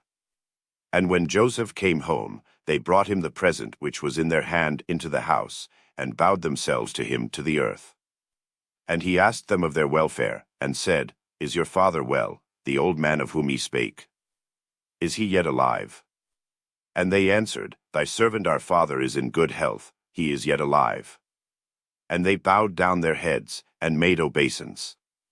And he lifted up his eyes, and saw his brother Benjamin, his mother's son, and said, Is this your younger brother, of whom ye spake unto me? And he said, God be gracious unto thee, my son. And Joseph made haste, for his bowels did yearn upon his brother, and he sought where to weep, and he entered into his chamber, and wept there. And he washed his face, and went out, and refrained himself, and said, Set on bread. And they set on for him by himself, and for them by themselves, and for the Egyptians, which did eat with him, by themselves, because the Egyptians might not eat bread with the Hebrews, for that is an abomination unto the Egyptians. And they sat before him, the firstborn according to his birthright, and the youngest according to his youth, and the men marveled one at another. And he took and sent messes unto them from before him, but Benjamin's mess was 5 times so much as any of theirs. And they drank, and were merry with him. And he commanded the steward of his house, saying, Fill the men's sacks with food, as much as they can carry, and put every man's money in his sack's mouth. And put my cup, the silver cup, in the sack's mouth of the youngest, and his corn money. And he did according to the word that Joseph had spoken. As soon as the morning was light, the men were sent away, they and their asses. And when they were gone out of the city, and not yet far off, Joseph said unto his steward, Up, follow after the men, and when thou dost overtake them, say unto them, Wherefore have ye rewarded evil for good? Is not this it in which my Lord drinketh, and whereby indeed he divineth? Ye have done evil in so doing. And he overtook them, and he spake unto them these same words. And they said unto him, Wherefore saith my Lord these words? God forbid that thy servants should do according to this thing. Behold, the money, which we found in our sacks' mouths, we brought again unto thee out of the land of Canaan. How then should we steal out of thy Lord's house silver or gold? With whomsoever of thy servants it be found, both let him die, and we also will be my Lord's bondmen. And he said, Now also let it be according unto your words. He with whom it is found shall be my servant, and ye shall be blameless. Then they speedily took down every man his sack to the ground, and opened every man his sack. And he searched, and began at the eldest, and left at the youngest, and the cup was found in Benjamin's sack. Then they rent their clothes, and laded every man his ass, and returned to the city. And Judah and his brethren came to Joseph's house, for he was yet there, and they fell before him on the ground. And Joseph said unto them, What deed is this that ye have done? Wot ye not that such a man as I can certainly divine? And Judah said, What shall we say unto my Lord? What shall we speak? Or how shall we clear ourselves? God hath found out the iniquity of thy servants. Behold, we are my Lord's servants, both we, and he also with whom the cup is found. And he said, God forbid that I should do so, but the man in whose hand the cup is found, he shall be my servant, and as for you, get you up in peace unto your father. Then Judah came near unto him, and said, O my Lord, let thy servant, I pray thee, speak a word in my Lord's ears, and let not thine anger burn against thy servant, for thou art even as Pharaoh. My Lord asked his servants, saying, Have ye a father, or a brother? And we said unto my Lord, We have a father, an old man, and a child of his old age, a little one, and his brother is dead, and he alone is left of his mother, and his father loveth him. And thou saidst unto thy servants, Bring him down unto me, that I may set mine eyes upon him. And we said unto my Lord, The lad cannot leave his father, for if he should leave his father would die. And thou saidst unto thy servants, Except your youngest brother come down with you, ye shall see my face no more. And it came to pass, when we came up unto thy servant my father, we told him the words of my Lord. And our father said, Go again, and buy us a little food. And we said, We cannot go down, If our youngest brother be with us, then will we go down, for we may not see the man's face, except our youngest brother be with us. And thy servant my father said unto us, Ye know that my wife bare me 2 sons. And the one went out from me, and I said, Surely he is torn in pieces, and I saw him not since. And if he take this also from me, and mischief befall him, he shall bring down my gray hairs with sorrow to the grave. Now therefore when I come to thy servant my father, and the lad be not with us, seeing that his life is bound up in the lad's life. It shall come to pass, when he seeth that the lad is not with us, that he will die, and thy servants shall bring down the gray hairs of thy servant our father with sorrow to the grave. For thy servant became surety for the lad unto my father, saying, If I bring him not unto thee, then I shall bear the blame to my father forever.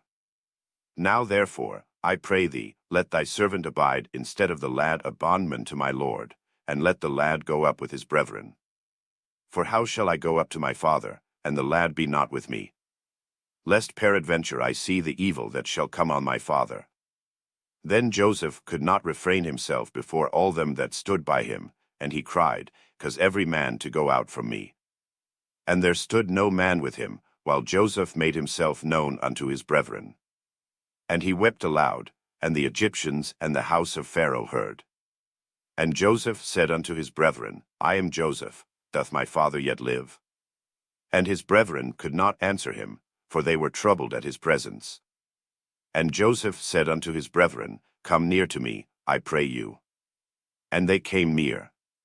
And he said, I am Joseph your brother, whom ye sold into Egypt. Now therefore be not grieved, nor angry with yourselves, that ye sold me hither, for God did send me before you to preserve life. For these 2 years hath the famine been in the land, and yet there are 5 years, in the which there shall neither be earing nor harvest.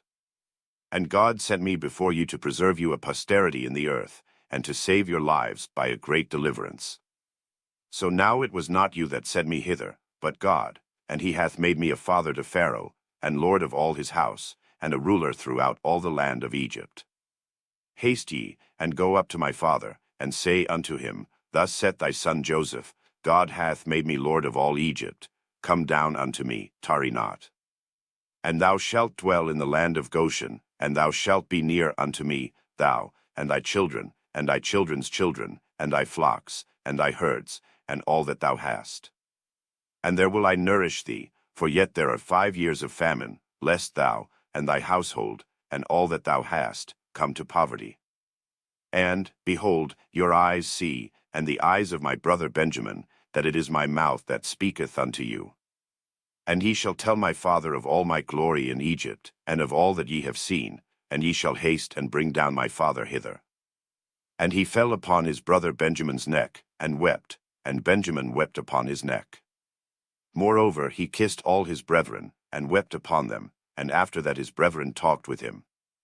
And the fame thereof was heard in Pharaoh's house, saying, Joseph's brethren are come, and it pleased Pharaoh well, and his servants. And Pharaoh said unto Joseph, Say unto thy brethren, This ye, lade your beasts, and go, get you unto the land of Canaan.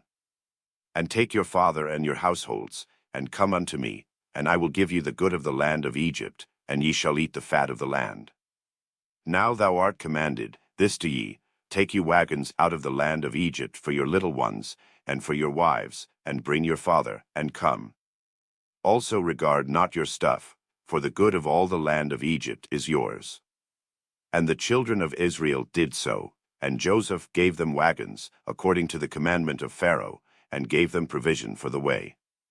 To all of them he gave each man changes of raiment, but to Benjamin he gave 300 pieces of silver, and 5 changes of raiment. And to his father he sent after this manner, 10 asses laden with the good things of Egypt, and 10 she-asses laden with corn and bread and meat for his father by the way. So he sent his brethren away, and they departed, and he said unto them, See that ye fall not out by the way. And they went up out of Egypt, and came into the land of Canaan unto Jacob their father. And told him, saying, Joseph is yet alive, and he is governor over all the land of Egypt. And Jacob's heart fainted, for he believed them not. And they told him all the words of Joseph, which he had said unto them, And when he saw the wagons which Joseph had sent to carry him, the spirit of Jacob their father revived. And Israel said, It is enough, Joseph my son is yet alive, I will go and see him before I die. And Israel took his journey with all that he had, and came to Beersheba, and offered sacrifices unto the God of his father Isaac. And God spake unto Israel in the visions of the night, and said, Jacob, Jacob. And he said, Here am I. And he said, I am God, the God of thy father. Fear not to go down into Egypt, for I will there make of thee a great nation. I will go down with thee into Egypt, and I will also surely bring thee up again, and Joseph shall put his hand upon thine eyes. And Jacob rose up from Beersheba, and the sons of Israel carried Jacob their father, and their little ones, and their wives, in the wagons which Pharaoh had sent to carry him. And they took their cattle, and their goods, which they had gotten in the land of Canaan, and came into Egypt, Jacob, and all his seed with him. His sons, and his sons' sons with him, his daughters, and his sons' daughters, and all his seed brought he with him into Egypt. And these are the names of the children of Israel, which came into Egypt, Jacob and his sons, Reuben, Jacob's firstborn. And the sons of Reuben, Hanok, and Phallu, and Hezron, and Carmi. And the sons of Simeon, Jemuel, and Jamin, and Ohad, and Jachin, and Zohar, and Shaul the son of a Canaanitish woman. And the sons of Levi, Gershon, Kohath, and Merari. And the sons of Judah, Er, and Onan, and Shelah, and Pharez, and Zara. But Er and Onan died in the land of Canaan. And the sons of Pharez were Hezron and Hamul. And the sons of Issachar, Tola, and Phuvah, and Job, and Shimron. And the sons of Zebulun, Sered, and Elon, and Yaleel. These be the sons of Leah, which she bare unto Jacob in Padanaram, with his daughter Dinah. All the souls of his sons and his daughters were 33.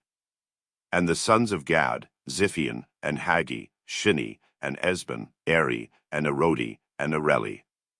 And the sons of Asher, Jimnah, and Ishwa, and Ishui, and Beriah, and Sarah their sister, and the sons of Beriah, Heber, and Malchiel. These are the sons of Zilpah, whom Laban gave to Leah his daughter, and these she bare unto Jacob, even 16 souls. The sons of Rachel Jacob's wife, Joseph, and Benjamin. And unto Joseph in the land of Egypt were born Manasseh and Ephraim, which Asenath the daughter of Potiphar priest of On bare unto him. And the sons of Benjamin were Bela, and Becher, and Ashbel, Gera, and Naaman, Ahi, and Rosh, Muppim, and Huppim, and Ard. These are the sons of Rachel, which were born to Jacob, all the souls were 14. And the sons of Dan, Hushim. And the sons of Naphtali, Jaziel, and Guni, and Jezer, and Shillem. These are the sons of Bilhah, which Laban gave unto Rachel his daughter, and she bare these unto Jacob, all the souls were 7. All the souls that came with Jacob into Egypt, which came out of his loins, besides Jacob's sons' wives, all the souls were 66. And the sons of Joseph, which were born him in Egypt, were 2 souls, all the souls of the house of Jacob, which came into Egypt, were 70. And he sent Judah before him unto Joseph, to direct his face unto Goshen, and they came into the land of Goshen. And Joseph made ready his chariot, and went up to meet Israel his father, to Goshen, and presented himself unto him, and he fell on his neck, and wept on his neck a good while. And Israel said unto Joseph, Now let me die, since I have seen thy face, because thou art yet alive.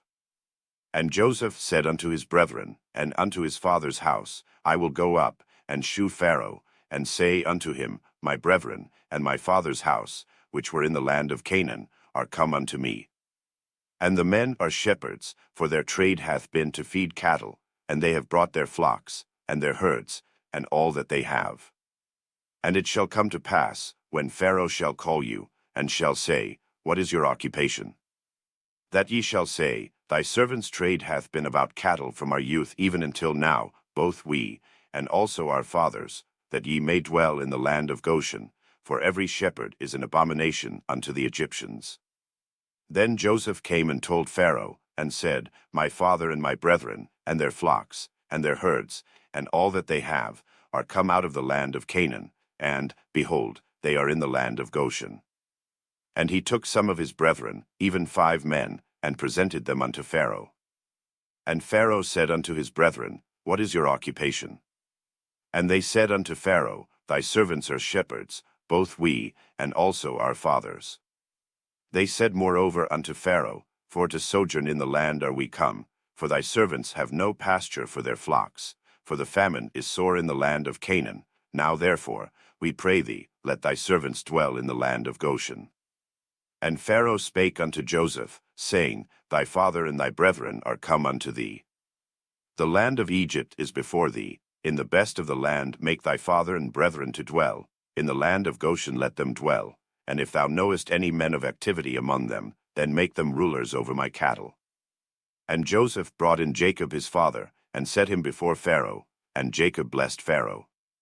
And Pharaoh said unto Jacob, How old art thou? And Jacob said unto Pharaoh, The days of the years of my pilgrimage are 130 years. Few and evil have the days of the years of my life been, and have not attained unto the days of the years of the life of my fathers in the days of their pilgrimage. And Jacob blessed Pharaoh, and went out from before Pharaoh. And Joseph placed his father and his brethren, and gave them a possession in the land of Egypt, in the best of the land, in the land of Ramesses, as Pharaoh had commanded. And Joseph nourished his father, and his brethren, and all his father's household, with bread, according to their families. And there was no bread in all the land, for the famine was very sore, so that the land of Egypt and all the land of Canaan fainted by reason of the famine. And Joseph gathered up all the money that was found in the land of Egypt, and in the land of Canaan, for the corn which they bought, and Joseph brought the money into Pharaoh's house. And when money failed in the land of Egypt, and in the land of Canaan, all the Egyptians came unto Joseph, and said, Give us bread, for why should we die in thy presence? For the money faileth. And Joseph said, Give your cattle, and I will give you for your cattle, if money fail. And they brought their cattle unto Joseph, and Joseph gave them bread in exchange for horses, and for the flocks, and for the cattle of the herds, and for the asses, and he fed them with bread for all their cattle for that year. When that year was ended, they came unto him the 2nd year, and said unto him, We will not hide it from my lord, how that our money is spent. My lord also hath our herds of cattle. There is not aught left in the sight of my lord, but our bodies, and our lands.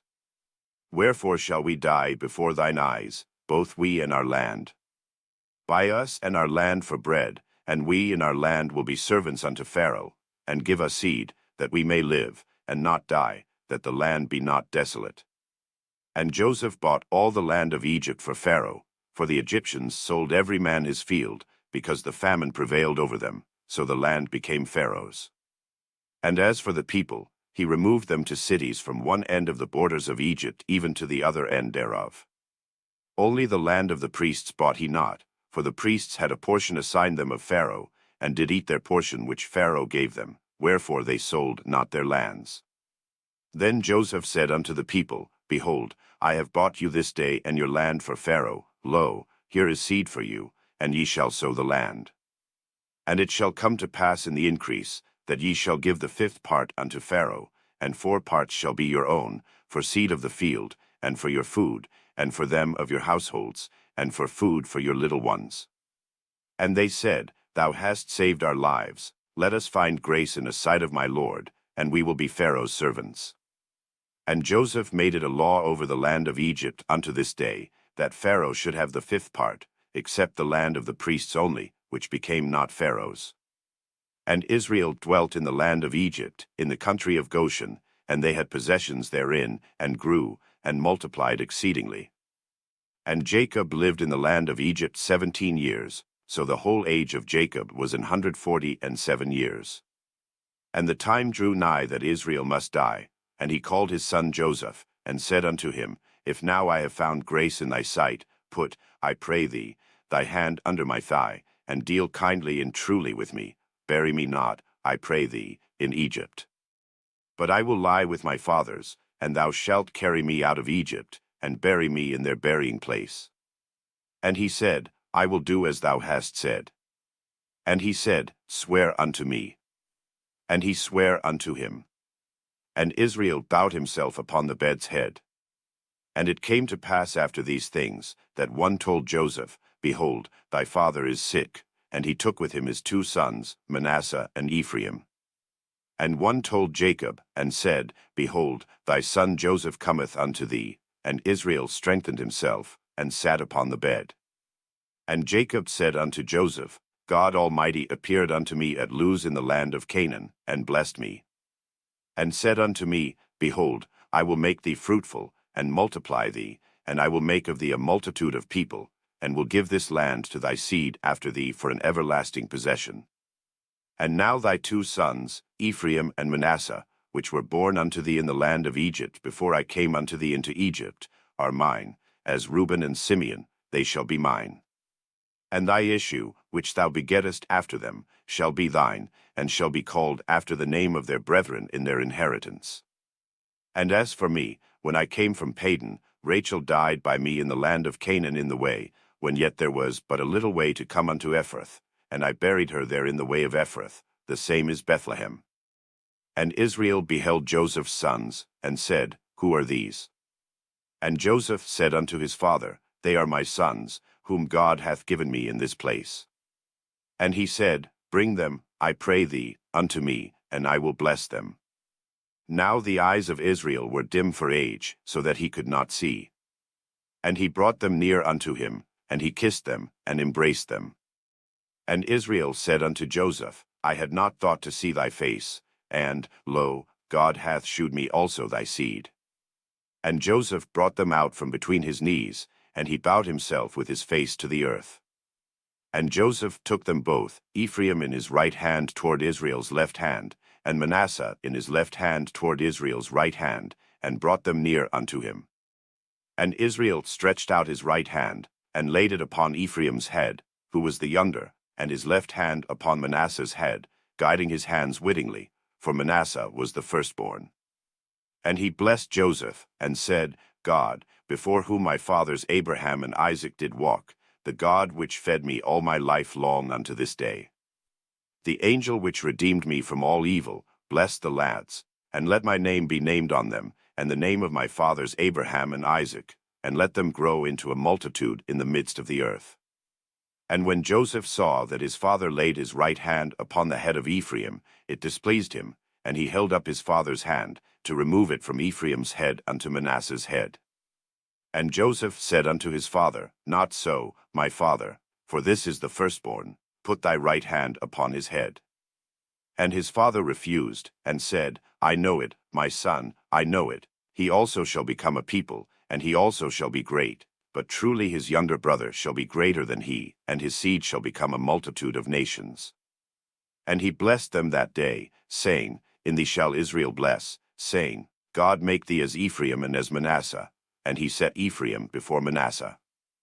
And Israel said unto Joseph, Behold, I die, but God shall be with you, and bring you again unto the land of your fathers.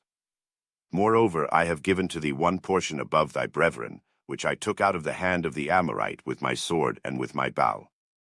And Jacob called unto his sons, and said, Gather yourselves together, that I may tell you that which shall befall you in the last days.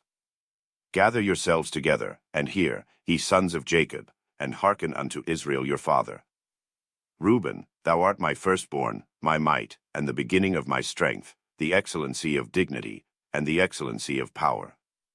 Unstable as water, thou shalt not excel, because thou wentest up to thy father's bed, then defiledst thou it, he went up to my couch. Simeon and Levi are brethren, instruments of cruelty are in their habitations. O my soul, come not thou into their secret, unto their assembly, mine honor, be not thou united, for in their anger they slew a man, and in their self-will they digged down a wall. Cursed be their anger, for it was fierce, and their wrath, for it was cruel. I will divide them in Jacob, and scatter them in Israel. Judah, thou art he whom thy brethren shall praise, thy hand shall be in the neck of thine enemies, thy father's children shall bow down before thee. Judah is a lion's whelp, from the prey, my son, thou art gone up, he stooped down, he couched as a lion, and as an old lion, who shall rouse him up? The scepter shall not depart from Judah, nor a lawgiver from between his feet, until Shiloh come, and unto him shall the gathering of the people be. Binding his foal unto the vine, and his ass's colt unto the choice vine, he washed his garments in wine, and his clothes in the blood of grapes. His eyes shall be red with wine, and his teeth white with milk. Zebulun shall dwell at the haven of the sea, and he shall be for an haven of ships, and his border shall be unto Zidon. Issachar is a strong ass couching down between two burdens. And he saw that rest was good, and the land that it was pleasant, and bowed his shoulder to bear, and became a servant unto tribute. Dan shall judge his people, as one of the tribes of Israel. Dan shall be a serpent by the way, an adder in the path, that biteth the horse heels, so that his rider shall fall backward. I have waited for thy salvation, O Lord. Gad, a troop shall overcome him, but he shall overcome at the last. Out of Asher his bread shall be fat, and he shall yield royal dainties. Naphtali is a hind let loose, he giveth goodly words. Joseph is a fruitful bough, even a fruitful bough by a well, whose branches run over the wall. The archers have sorely grieved him, and shot at him, and hated him. But his bow abode in strength, and the arms of his hands were made strong by the hands of the mighty God of Jacob. From thence is the shepherd, the stone of Israel. Even by the God of thy father, who shall help thee, and by the Almighty, who shall bless thee with blessings of heaven above, blessings of the deep that lieth under, blessings of the breasts, and of the womb. The blessings of thy father have prevailed above the blessings of my progenitors unto the utmost bound of the everlasting hills. They shall be on the head of Joseph, and on the crown of the head of him that was separate from his brethren. Benjamin shall raven as a wolf, in the morning he shall devour the prey, and at night he shall divide the spoil. All these are the 12 tribes of Israel, and this is it that their father spake unto them, and blessed them, every one according to his blessing he blessed them. And he charged them, and said unto them, I am to be gathered unto my people, bury me with my fathers in the cave that is in the field of Ephron the Hittite. In the cave that is in the field of Machpelah, which is before Mamre, in the land of Canaan, which Abraham bought with the field of Ephron the Hittite for a possession of a burying place. There they buried Abraham and Sarah his wife, there they buried Isaac and Rebekah his wife, and there I buried Leah. The purchase of the field and of the cave that is therein was from the children of Heth. And when Jacob had made an end of commanding his sons, he gathered up his feet into the bed, and yielded up the ghost, and was gathered unto his people. And Joseph fell upon his father's face, and wept upon him, and kissed him. And Joseph commanded his servants the physicians to embalm his father, and the physicians embalmed Israel. And 40 days were fulfilled for him, for so are fulfilled the days of those which are embalmed, and the Egyptians mourned for him 60 days. And when the days of his mourning were past, Joseph spake unto the house of Pharaoh, saying, If now I have found grace in your eyes, speak, I pray you, in the ears of Pharaoh, saying, My father made me swear, saying, Lo, I die, in my grave which I have digged for me in the land of Canaan, there shalt thou bury me. Now therefore let me go up, I pray thee, and bury my father, and I will come again. And Pharaoh said, Go up, and bury thy father, according as he made thee swear.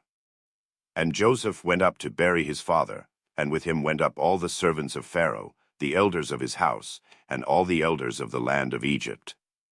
And all the house of Joseph, and his brethren, and his father's house, only their little ones, and their flocks, and their herds, they left in the land of Goshen. And there went up with him both chariots and horsemen, and it was a very great company. And they came to the threshing floor of Atad, which is beyond Jordan, and there they mourned with a great and very sore lamentation, and he made a mourning for his father 7 days. And when the inhabitants of the land, the Canaanites, saw the mourning in the floor of Atad, they said, This is a grievous mourning to the Egyptians, wherefore the name of it was called Abel-Mizraim, which is beyond Jordan. And his sons did unto him according as he commanded them. For his sons carried him into the land of Canaan, and buried him in the cave of the field of Machpelah, which Abraham bought with the field for a possession of a burying place of Ephron the Hittite, before Mamre. And Joseph returned into Egypt, he and his brethren, and all that went up with him to bury his father, after he had buried his father. And when Joseph's brethren saw that their father was dead, they said, Joseph will peradventure hate us, and will certainly requite us all the evil which we did unto him. And they sent a messenger unto Joseph, saying, Thy father did command before he died, saying, So shall ye say unto Joseph, Forgive, I pray thee now, the trespass of thy brethren, and their sin, for they did unto thee evil, and now, we pray thee, forgive the trespass of the servants of the God of thy father.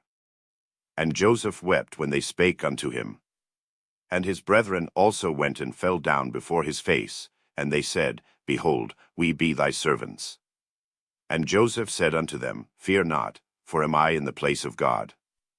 But as for you, ye thought evil against me, but God meant it unto good, to bring to pass, as it is this day, to save much people alive. Now therefore fear ye not, I will nourish you, and your little ones. And he comforted them, and spake kindly unto them.